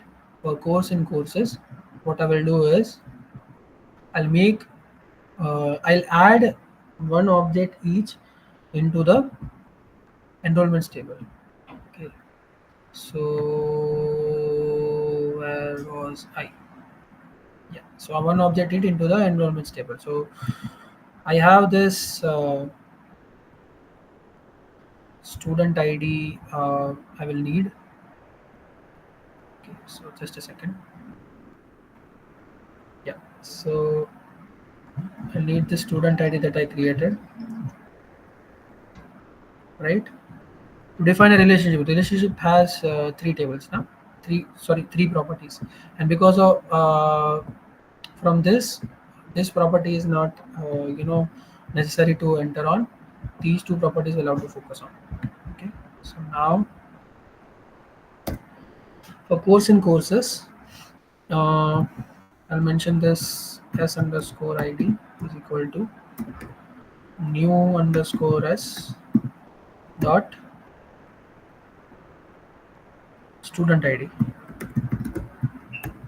So it was auto increment and all the things, but after I will commit it, the property I can access. Okay. So now I'll make enrollments table for each. So okay. So what I'm doing is right now is that, so suppose student ID is one. So in enrollments table entries will be like this one is connected to two, and this one is also connected to three, right? So enrollments table will have this. Okay, so enrollments table will have this kind of entries. Enrollments table will have this kind of entries. One, this will be it's so I'll not make you confused. And now the relationship that I mentioned, relationship, right? It will have this kind of entry. So this student ID and this course ID, it will combine both. So there is a magic happening here. It will say that this student object with primary key one, it is related to this student. Sorry, it is related to. It will make a list. Okay, make a list. It will make this courses table, and it will be like two, like this. Okay, courses and three, like this. So this is where the magic is happening. I'm entering this, and it is taking this, and this will help me in my last part of the lab assignment, when I'm fetching the details of the courses. Okay, so I will have to show the course details in which student has been enrolled. So this relationship will help me doing that. Okay, so this is the transformation that relationship does. Okay, so these are the keys only. This is whole object at ability. So what I'm doing is I'll just do the same thing. So my task is to do this. My task. This is my task, and this is automatic. Automatic. Okay. Yeah.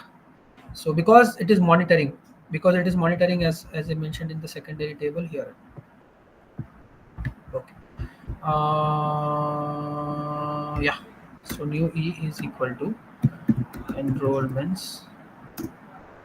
What will be my two IDs here? So one will be this SID, S underscore ID, but properties I'll have to match. So I'm telling that E student ID is equal to S underscore ID. So E student, these are the properties that I'm mentioning, right? So S underscore ID, comma, comma.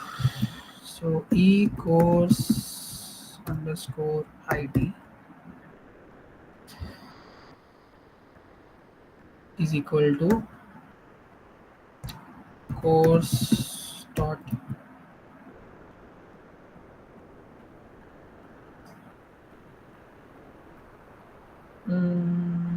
okay. So this will have the courses, and I'm selecting this. So as you can see the format of this course. So I can show you the format. So the format, keeping the format like this also is you know easy for me to check, because see, my mad one course will have will have my course ID as 1. So this will be, as you can see, my course is 1. See, this is 2, this is 3, this is 4. That's why I kept this like this. So you can just keep it like this. So to make you understand better, I'll just remove this thing. Okay, so whenever I'm selecting now mad on DBMS PDS, it is returning me the course ID itself. It is returning me the course ID itself, right? Okay, so I'll just mention that course, okay, right? And I'll convert it into integer, of course. So you did not write course 1, course 2, course 3, course 4. You took 1, 2, 3, 4. Yeah, but in HTML it is being written as course 1, course 2, course 3, course 4, right? We have to take it as it is, the one that we have been given. Yeah. Don't modify it. It is just for your understanding, okay? So we'll have to change over here, right? Yeah, and how to take the value now, I'll leave it to you, okay? But it is just for make you understand properly that why this course underscore 1 is there, and now how to access that. You should know that how to access the last letter from the string, okay? So yeah, just modify that. This was to make you understand properly, nothing else. Okay, yeah. So I'm making this object now. What we'll do is db dot session dot add uh, new enrollments, and db dot session dot commit. Okay, and I'll do this return redirect now after doing this also. So now my work is being done, and now in the relationship this will reflect. Okay, so whenever I'll access that, I'll tell you.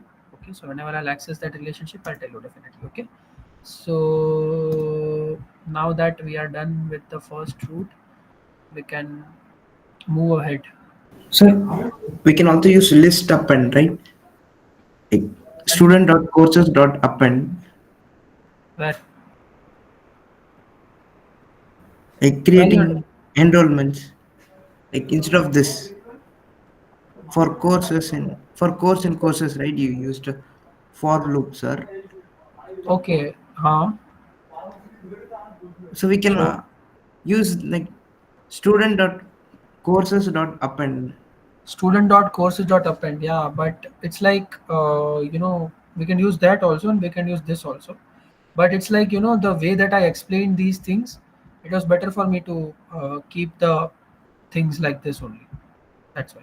And also see, one more thing. Okay, so foreign keys are not there here.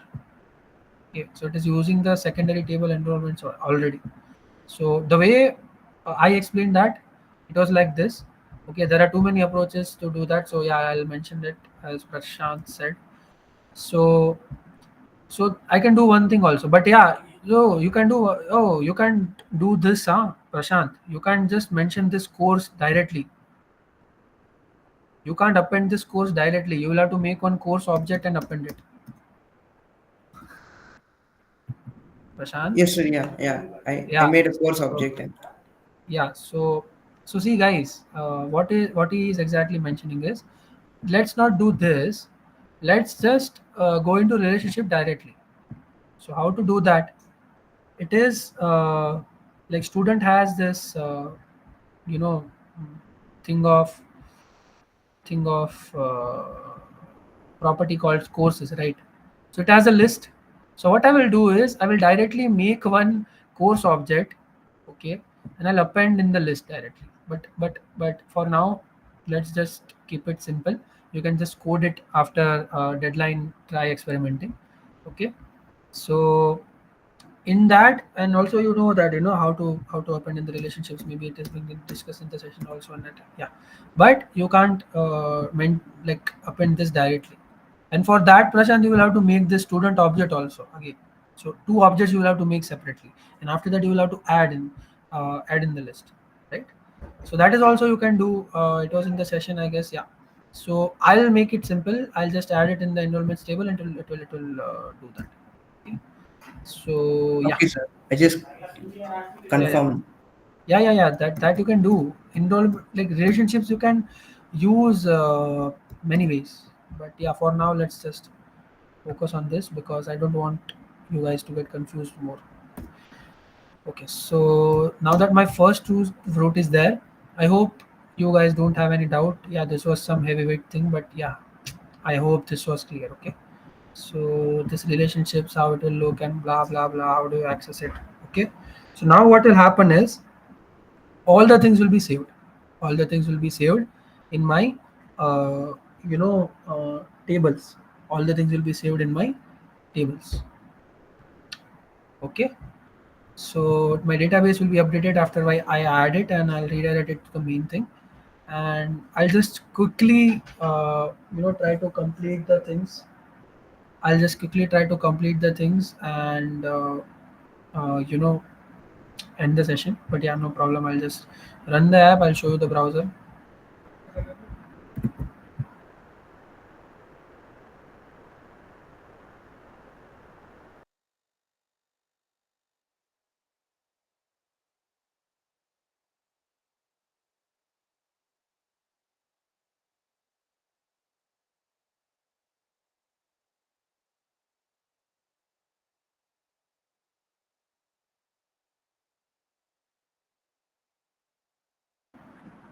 Okay, so let me share the browser.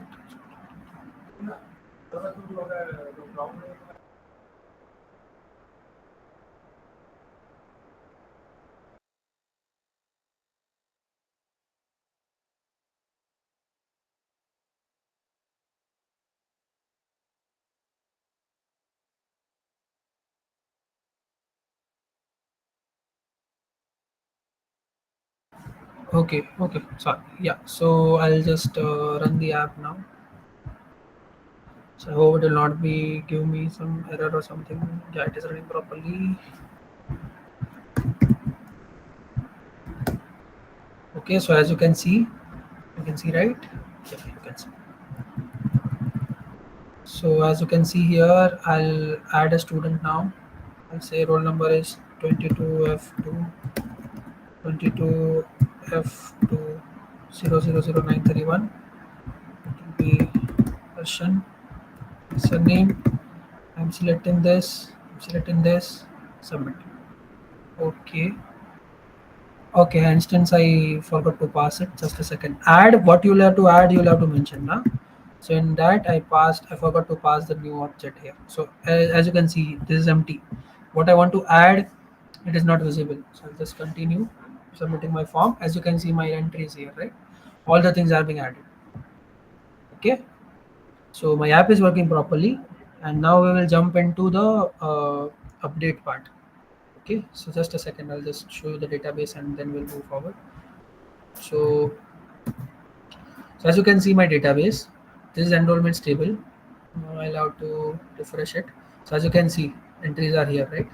And student are also entries are here. And now if I want you to, if I want to, uh, mention the, like, see the relationship, how the relationship is looking. So yeah, let me show you how my relationship looks. Okay, so stu is equal to student. So as I said, relationships are always object to object. Okay, so student dot, because after I commit, I committed, right? Student dot query dot filter by. Okay, I'll do the filter by new student dot student id. So it is, just a second,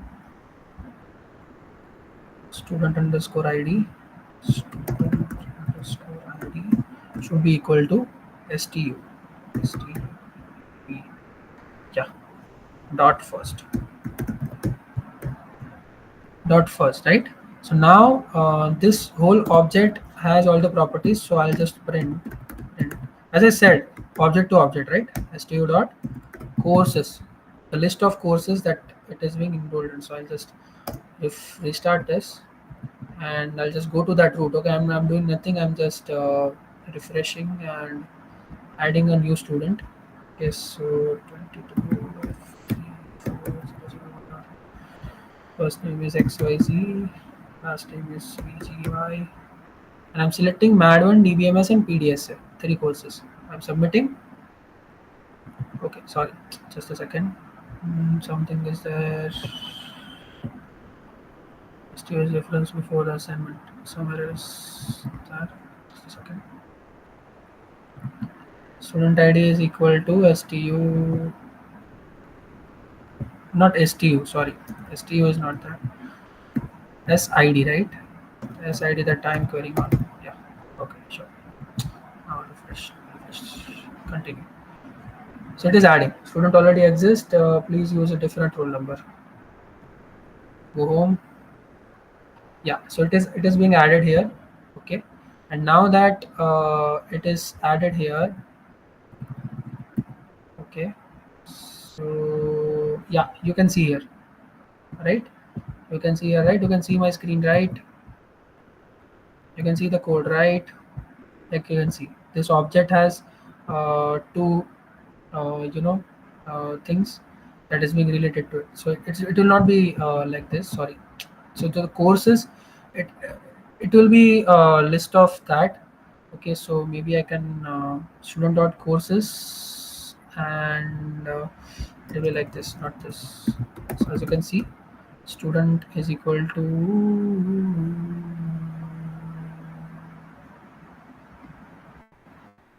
yeah, so there will be object related to them. Okay, so it is indirectly like this, but if you print, then yeah, you can see. Yeah, Why have you done this query for student here? because relationships are object to object relationships, right, as I mentioned. So if you were to find this courses here, if you will find this courses list, if you want to uh, query the courses.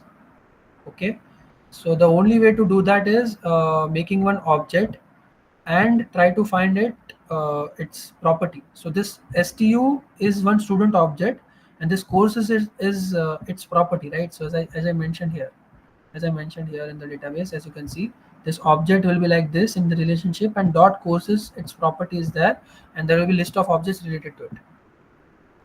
Okay, so that's why I made one object. Okay, and I showed you that how it will, like, in the list of object it will look. Okay, because it is a property of courses, that's why it is giving it as student 1 and student 2. But kind of it is a student object, course object, that is being connected with it, right? That is related to it, basically. That's why I did this query, to just show you that this is a list of objects, because I did nothing. I just did this enrollments table thing, right? So I just queried in my enrollments table, and I just did this add thing. But as you can see, it is giving me the relationship part way also. Okay, so I'll be accessing that thing, that the list that I getting here. I'll be doing that in my next page. Okay, so don't worry about it right now, and that's why. Okay, so yeah, this is my post request, and all the things are working properly. Now that I have two things, right? So update and delete. Okay, so I will request that as explaining the things got a little bit far. So this student create, okay, and student update, it is like almost the same. You'll have to just reassign the values. Okay, so I'll just take the code here. Okay. Oh no, no, no, no. There are some things that I will have to discuss. Yeah, no problem. Yeah. So delete I'll not discuss. Okay, delete you will have to figure it out, right? And at last I'll just give you the student information also. Okay. So yeah, let me just discuss the update in detail. Okay. So now, two questions. Okay. So first thing is that I will have that hyperlink, right? So I have that hyperlink here. Update, right? So how will it know that the this is the student is I want to update. This is the student that I want to update, right? So how it will know that this is the student that I want to update? It will know. It will know when I will let him know. Let the root. I will let my server know, right? So what I'm doing is that I will have to pass my information. Pass my information. Okay. So listen this clearly. I will have to pass my information from the HTML from one root to the another root. Okay. And I'll pass that by with this URL part. Okay. So I'll pass that thing into the URL. So in quiz sessions, you remember that I told you to how to read the URL things, right? So I'll just use that thing. So what am I doing is I'm defining one route. Just you know.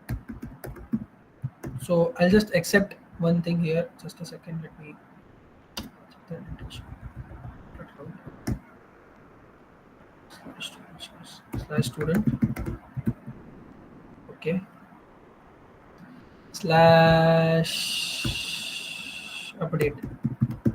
And now what I'm telling is that you know I will accept any integer ID here. Integer some ID should be there, and you tell me by putting some things in this place. By putting this something in this place, you tell me that what will be the value of the student ID that I will update. Okay, so I'll just do this in student slash. So what this route is telling me that you will give me the student ID here. You will give me the student ID here. Your URL will be slash student slash some integer slash update, and whatever integer you will give me here, I'll just update it. Whatever integer you will give me here, I will update the corresponding I corresponding corresponding this student object. Okay, so it will update the student object. Okay, so now I'll writing this update function, and I'm taking this student ID here as a parameter. So how to pass this I'll tell you, but this querying is easy, right? So now that I have this thing, now I will tap on update hyperlink, right? I will tap on update hyperlink. So now what I will do? So I will tap on update hyperlink, and if it is a get request,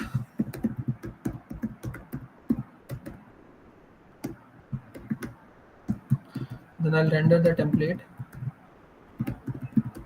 Oh, return render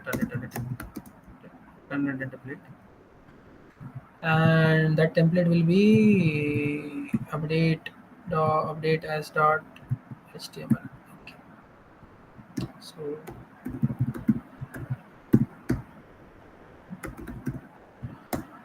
that will contain the form of the details that I want it to update. So this will be the same as this thing, okay, and it will take the values and it will update it. Okay, so how to update it? Yeah, we'll discuss it. So now this student ID that I'm giving my root. Okay, now the student ID that I'm giving to my root, it is the student ID is the ID that I'm searching for, right? So okay, so I'll make one object of that. Okay, so now there is a little change of concepts here. Okay, so what I will do is I will not get past the student ID here. Okay, because the student ID, no, I can pass student ID now. There is no problem passing that. Okay, don't worry. Yeah. So I'll pass the student ID. Now if request dot method is post, right? Now what I will do is I'll take the names that I want to update, right?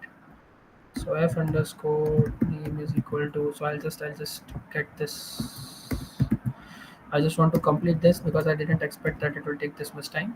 So don't worry about it. I'll just do the things already. So I want to just now see, I fetch the details from the form, right? I fetch the details from the form, updating form, and now I will just update it. How to update it now? Because the main question is how to update it, right? So now one thing is there. Okay, so this student ID, the student with this integer student ID exists already. Okay, and I want to update it. So before, what I was doing is I was creating one object and adding to the database. Now I have that object. What is that object? What is that object to update? Right. This is a object that I got, the student dot query dot filter by, right? And I will tell that student underscore ID is equal to the ID that I got here dot first. So this is the ID that I want to update. So what I did is instead of creating an object, I am choosing that object, and what I will do is um, I will be choosing this object and I will be reassigning the values. So what I will say is that what this object had as a first name before, okay, you just reassign it using this value. Reassign it using this value. Okay. So to update is that the object that I want to update, because why how I know that this object is exactly the object that I wanted to update, because I knew it because um, I passed the value in the route. I passed the integer here, primary key in the route, right? How to pass it will define it, but let's just courses dot sorry, to update dot courses,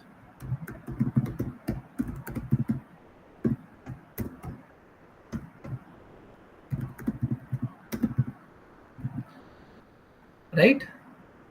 So okay, so now I did this, right? So I allow to update it. Okay, so this is not the exact way that I will do that, because this will cause a problem, because I made a list here, right? When I was adding, as you can see here, I made a list properly here for course and courses. I'll did this enrollments table and I did all the things like this only, right? Now the relationships have been changed. Okay, relationships are now uh, being changed. Okay, so now what will I do is I'll add in, I'll just so this, let me be more clear about this. So this courses, this courses relationship, it had, just a second.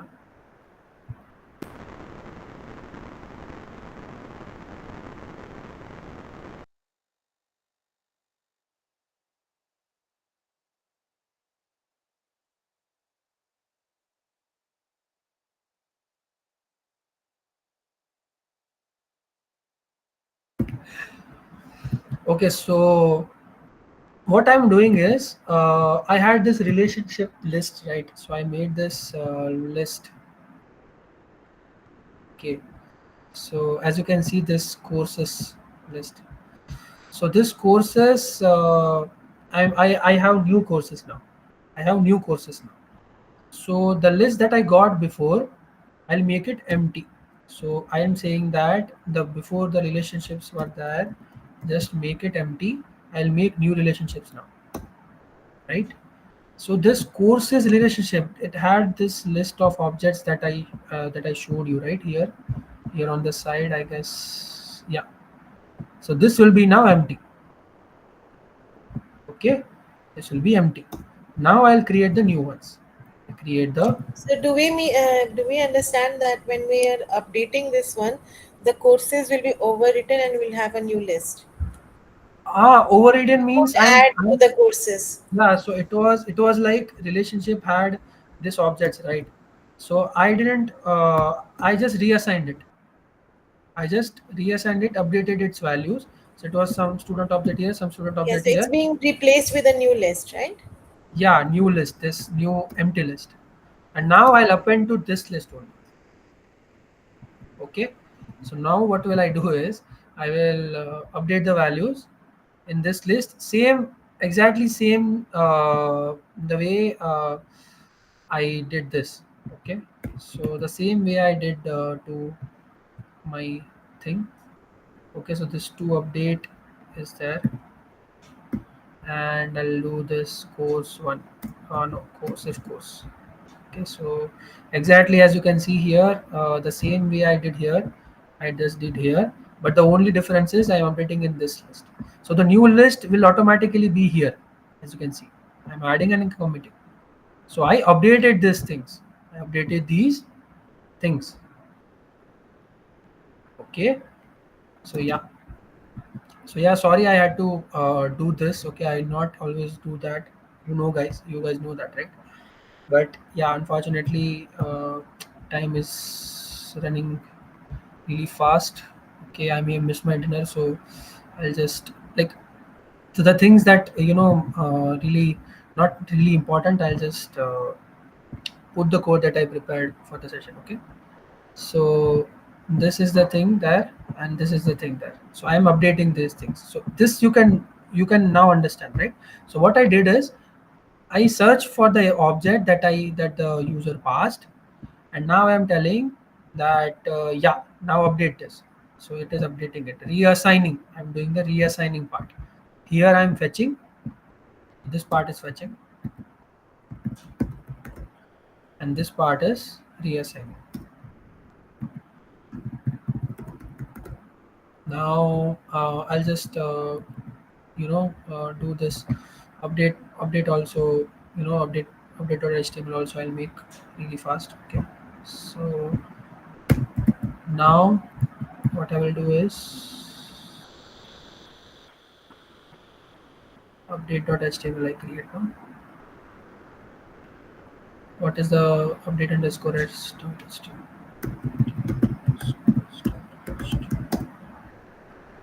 And I'll copy this. So I'm taking the same value, right? I'm taking the same thing. Okay.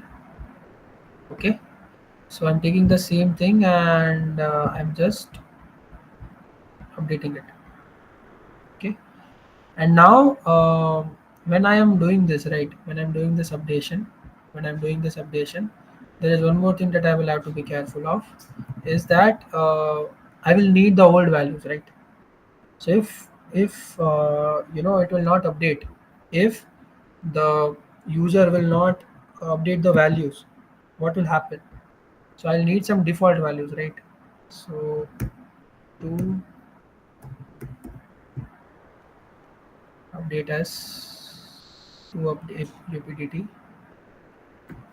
right, is equal to update. Okay, so as you can see here, to update is being there, and this is the object that is there, and I will use this object to show the existing values. So this object is inside. I'll say that if you want to update this, otherwise the value will be this by default. Otherwise the value will be this by default. Otherwise the value will be this by default. If you will update this, then please update it. Otherwise not. Okay. So this is for that. So to keeping the old values here. Okay. Sir, if we don't provide a new value, then the old value will remain as it is Yeah. in the Exactly. update. Exactly. Exactly. And also we Get this cannot also. change roll number, right? Sorry. We cannot change roll number, I think, in the update. Yeah, yeah, you can change first name, last name, and your courses and all the things. Yeah. So if you want, yeah, you can change roll number. No, you can't change roll number. Disabled. Yeah, of course. So that's why I use disabled here. I'm a little confused here. We are saying that in case the person does not provide any value, it will take the original one. Yeah, it will take the original value because I have mentioned that, right. Value is equal to this. So if I will not touch this name. If I will not touch this first name, if I will only update the last name will be updated. Otherwise, this value will be taken. So to update dot last name, it is the value that will be there. Okay, and if you will update it, it will be changed, but otherwise it will not change because this is input type tag, right? Input type tag doesn't have but it values are the input tags values are bind with the input that user is providing. But then So here that we've got a required here, so that means they have to put the first name and the last name. yeah, but the value are so I can use the placeholder also. Okay, so just a second. Let me just run it again and I'll explain it again. So just a second. Let me just you know uh just a second. Yeah, Sir, also you are using S underscore ID but not defined. s underscore id But you did not define it. here, no? Okay, sir. Well, Yes, sir, it is there. yeah. So just a second.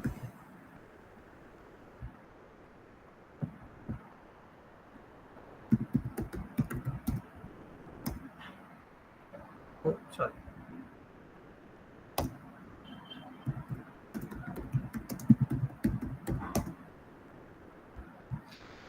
Mhm.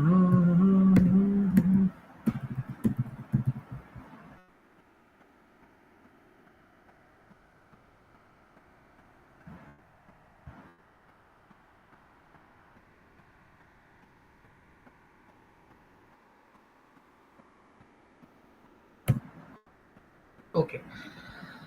Okay. So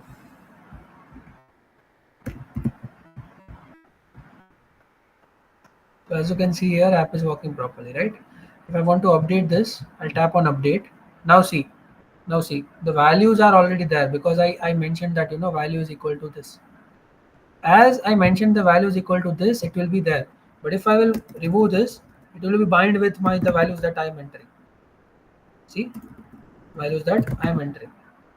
Okay, so now the required thing is that if I will tap on update and I will pass the empty name here, required is for that. Don't combine the required with this part. Required is that you can't leave this empty.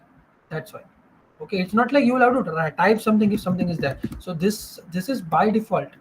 This is by default. I'm mentioning that So uh, if we did nothing and with the default values were just we left the pass. default value Yeah, and submitted, the required would be fulfilled. yeah. So required will be fulfilled because the value will be there by default. So that's why I'm using value, right? Because otherwise it will just not take anything. Okay, so if I don't want to change this, then value will be this darshan already. If I want to change this, and I will change this. Okay, and the courses the person updating has to check them, right? Yeah, yeah. So it's like that only, and as And you we can don't see, have a requirement that it's a must to check at least one course. That one, it could be yeah, even completely empty list, right? yeah, yeah, yeah, yeah, yeah, yeah, yeah, yeah. So as you can see, I'm update also. This we can't do anything. Okay, and there is a thing. Okay, there is a thing that you can show. Okay, that what is the selected thing, but it doesn't matter in this. Okay, you don't need to do that because HTML pages are by default given to you, so you can't modify that much. So I'll just choose the courses and I'll just tap on submit. Okay, so method I mentioned is not just a second. Maybe I coded and I didn't mention the methods. Okay, yeah.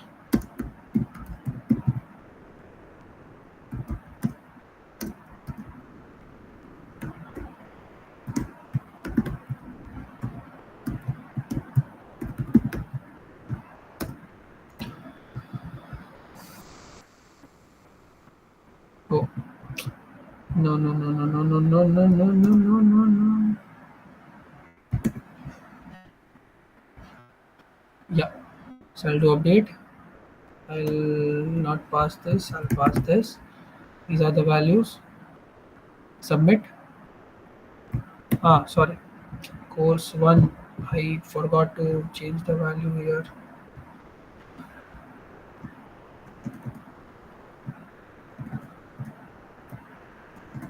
Yeah. So these are the debugging phases that you will have when you are doing the thing, right? Okay. So okay. Let me refresh. Now the values are updated in the 1, 2, 3, 4 already, right? Now that I will submit it, it should get submitted. Yeah, even is submit. Yeah, so as you can see. Sorry, what Oh, change why, did you make? why? What change did you just make? Yeah, I'm also doing same. I'm trying to figure out. Just a second. Hmm, what happened?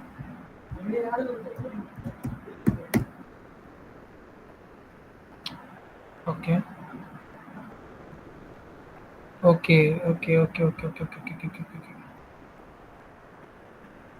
Delete on table enrollments. Where I did the delete?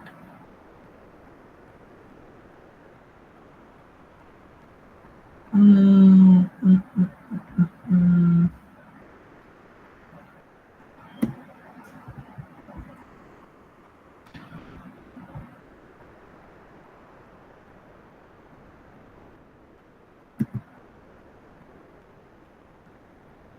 Yeah, maybe it can be a little bit tricky, but yeah, it should. You show the root that you just created. So this is getting a problem. I'm adding enrollments table and I'm creating this integer. Okay. So delete statement on table enrollments expected to delete one rows. Only two were matched.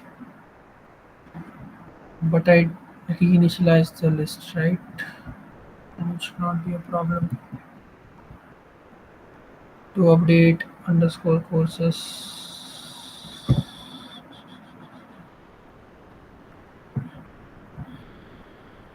So the route Hmm. supposed to be student ID. Sorry. In student ID. Isn't that the, what is it? Is it student ID or student? No. That is not the problem. Just give me a second, okay? I'll just figure it out what is happening. Hmm. To update courses I made it. Acha, okay. Okay.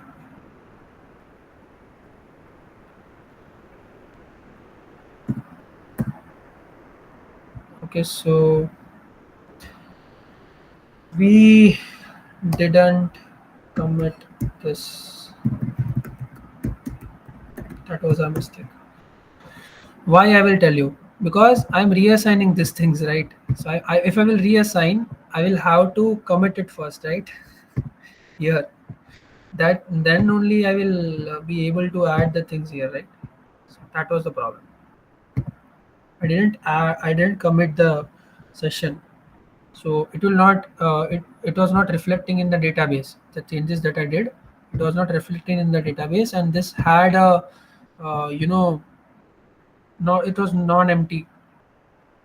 Okay, Isn't the so route wrong? yeah, the route is a little wrong also. It's So supposed to be int student underscore ID. to update dot sid is equal to update dot student id. Now this is code, I guess. Student id is this. I'm passing this student id here, and I'm making this db.session.add.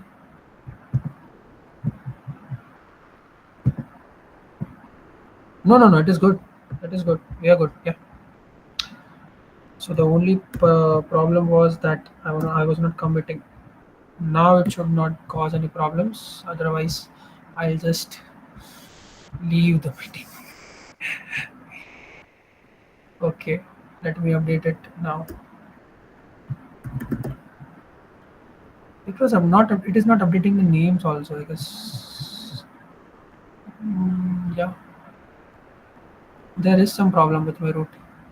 There is some problem with my route. It is not updating the name.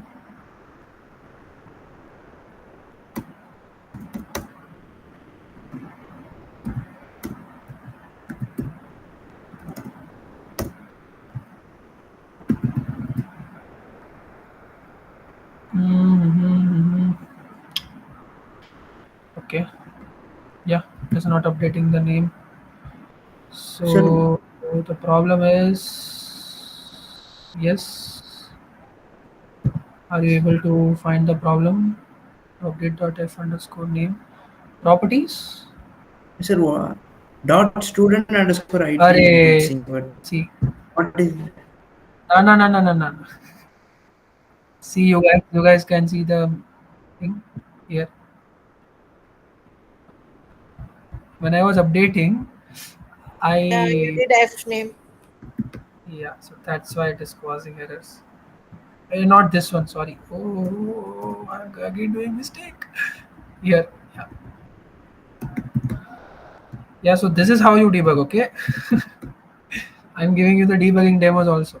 Yeah. So to update dot courses, courses is good.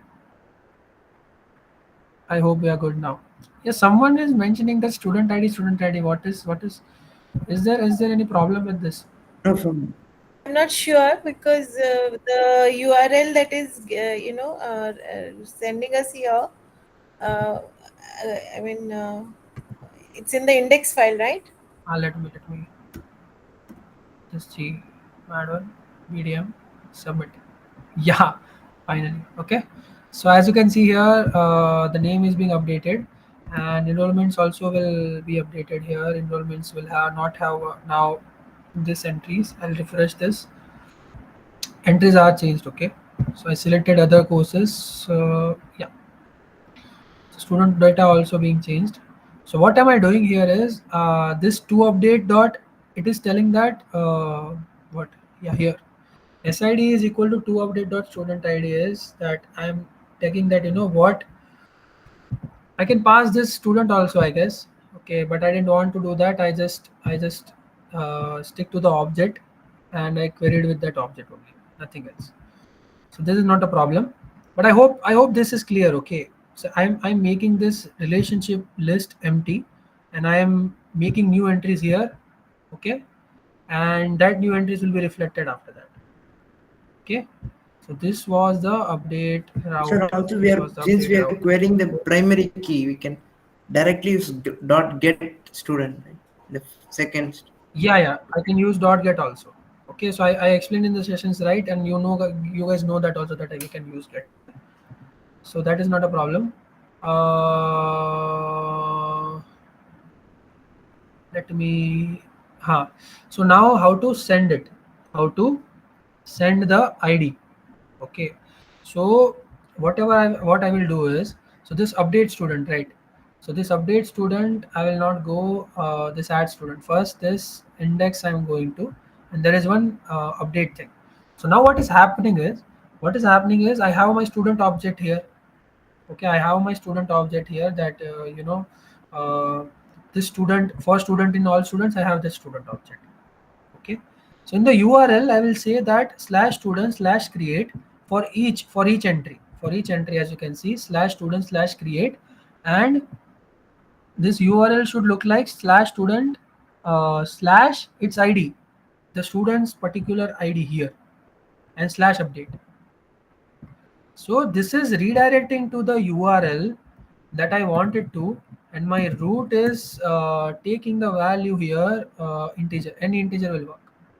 Okay, so suppose my darshan ID is stick to the primary key 1. So what this update will send, slash student slash that student's ID here, as you can see, index student's ID here. Okay, and slash sorry here, yeah, so slash update. So it will send to the URL. This is how you send the data to the URL with different users.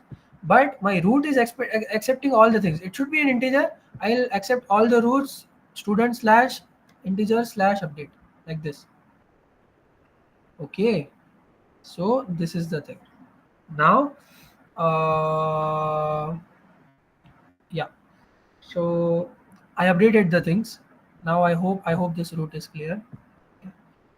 Now let me go to the delete route fast, and after that the only thing that is being left that is left is just a second. Yeah, so the only thing that is left is there is this roll number hyperlink. Okay, so I'll just code the whole thing, and after that I'll show you the demo. Okay, so let me just code it really fast. I'll try to complete it by 9. I'll try my best, but let's see. Yeah, no problem if it goes late, but yeah. Okay, so now I'll delete. So for delete, the same thing will happen, right? So the same thing will happen. What is happening in my index? I'm telling that slash student slash whatever ID give the ID slash delete. So each student in here in the table, it is linked to one hyperlink that reflects its particular student ID. If this is Darshan, this is one. If this is something else, this is something else, right? So now I'll pass that. I'll say that yeah, this is app.route, right? Slash student slash integer student slash delete. Okay, and I'll allow the method is equal to methods are not allowed by default. It is get. So get is enough for me to delete. Dev del del. Okay, and I'll take the student as a parameter. This ID that I want to delete it. Okay, indentation,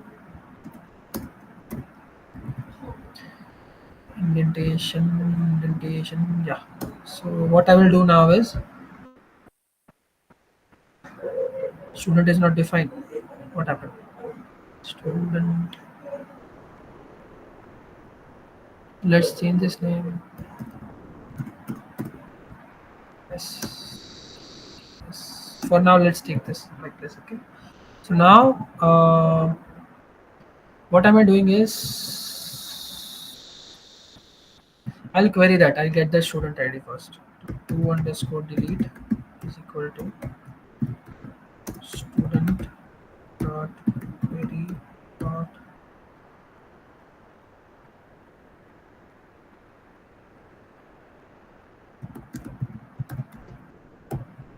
filter by. I'll say student underscore ID is equal to, okay, I'll just do use get here, right?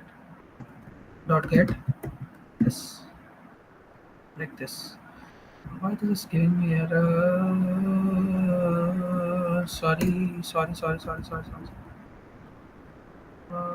Yeah, this should be good. Good.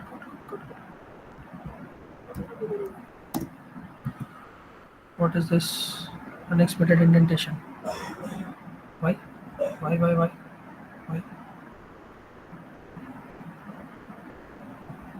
Why? Just why? You can spot any problems here?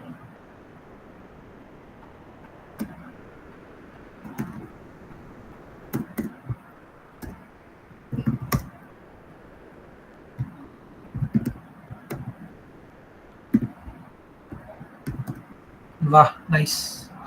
Nice. Okay, no problem. To delete,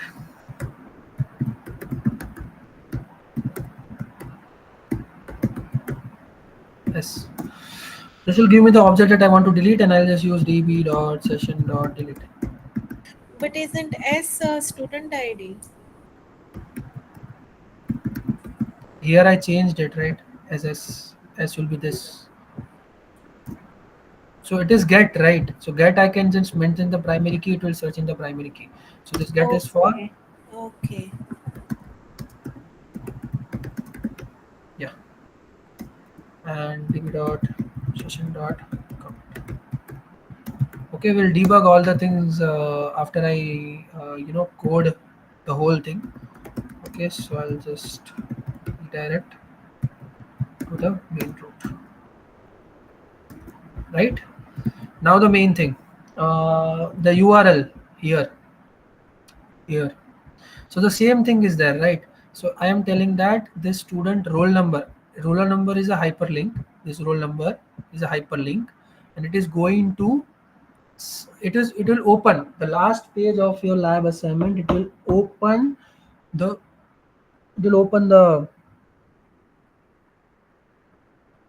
profile, student profile, right?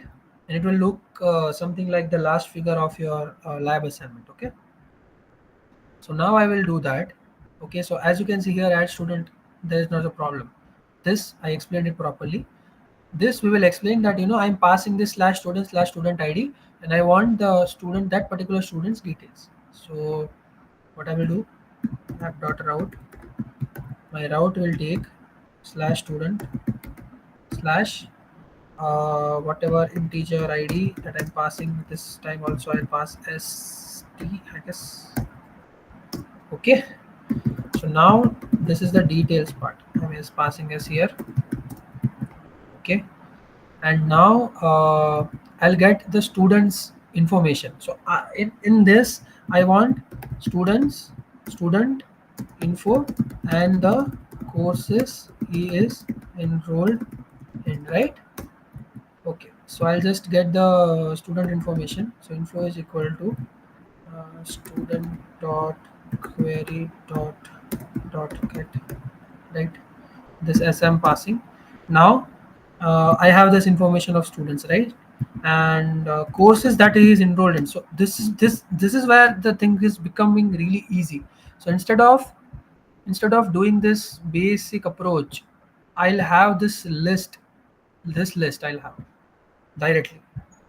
So I'll just mention that courses that he is enrolled in is as courses, and that is that object, that student object dot, as I said, right, that courses relationship thing attribute is property of student class. Okay, so info dot courses. So I'll just print this, right? And now I'll just render a template, render underscore template, and I'll just do student underscore courses dot html, comma, I'll pass this values, right? So info I'll pass, info is equal to info, comma, s courses is equal to, okay, so that I'm changing my, just a second, I'm changing my variable values, because in HTML it is something different. So just a second. So instead of changing in the HTML, I'll just change here.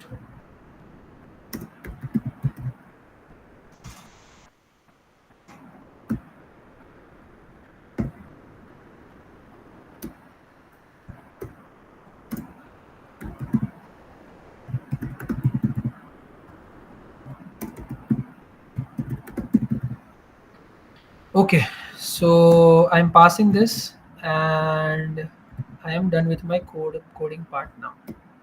So yeah, this is my whole code now. Okay, so the only thing then that is left is that student underscore courses HTML. So in that also I'll just keep my code on and just control V. Yeah.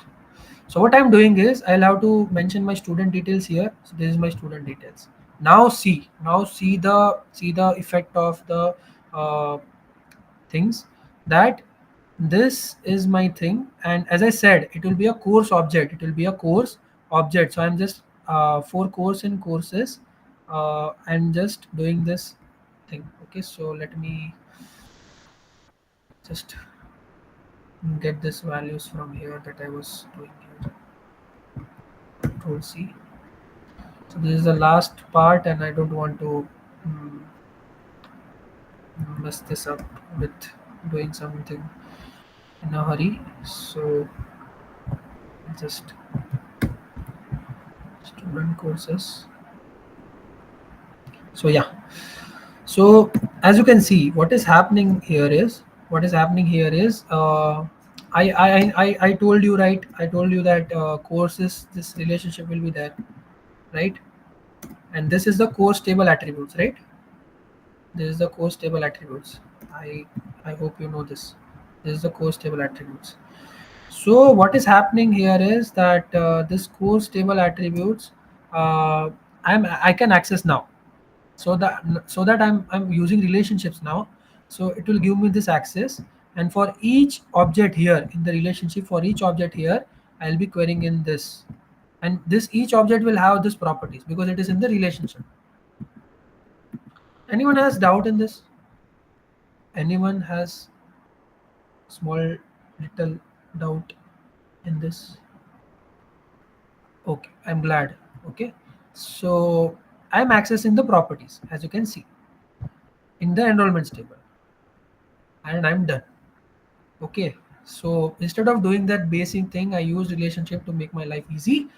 Now I am gonna run this last and final time and show you guys that all of the things are working properly. Otherwise, you will also learn something by you know seeing the errors. Okay, so I'll just refresh this and I'll tap on this. Yeah, exactly. This will give me error. I knew it. Details got an unexpected argument st. Where is this exactly?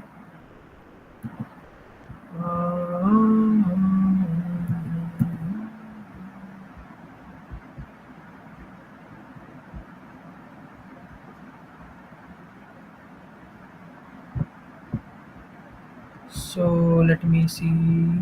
Okay, just a second. Acha, okay. ST. It was S and I get ST. Just a second. Okay, I'll just refresh this. I'll tap on this. This is not defined. I knew it. Where, where?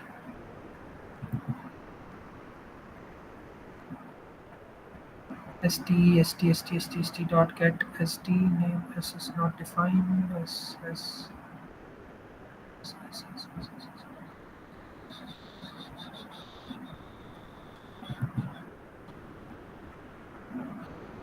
Student dot query dot get st. So where I got s here?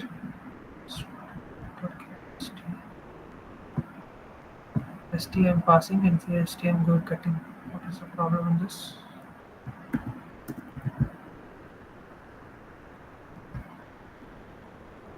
Acha, okay. Uh, no, that should not be a problem. Yeah, as you can see, there was some database error, I guess. As you can see, I can see the name.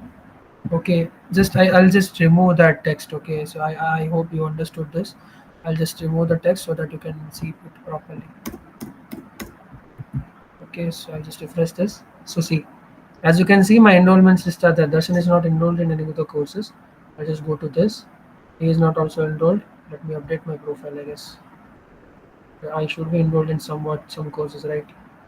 Yeah, the courses that I have enrolled in is DBMS PDSA. Now I'll go here, as you can see, DBMS PDSA. Okay, okay, and I want to delete. Then I'll delete this. Okay, as you can see, so my roots are working properly. Okay, and what I did in here is that I was doing here, I was passing the value, I was querying with that value the student courses. Okay, so the only important thing that is that this student object will have courses list in the relationship part. Okay, so the only thing is that, nothing else. Okay, so yeah, with this lab assignment 5 is completed. Someone raised hand, it was by mistake or something or what? Okay. So So, yeah, I hope. Yeah. sir, I'm- where can I find the recordings of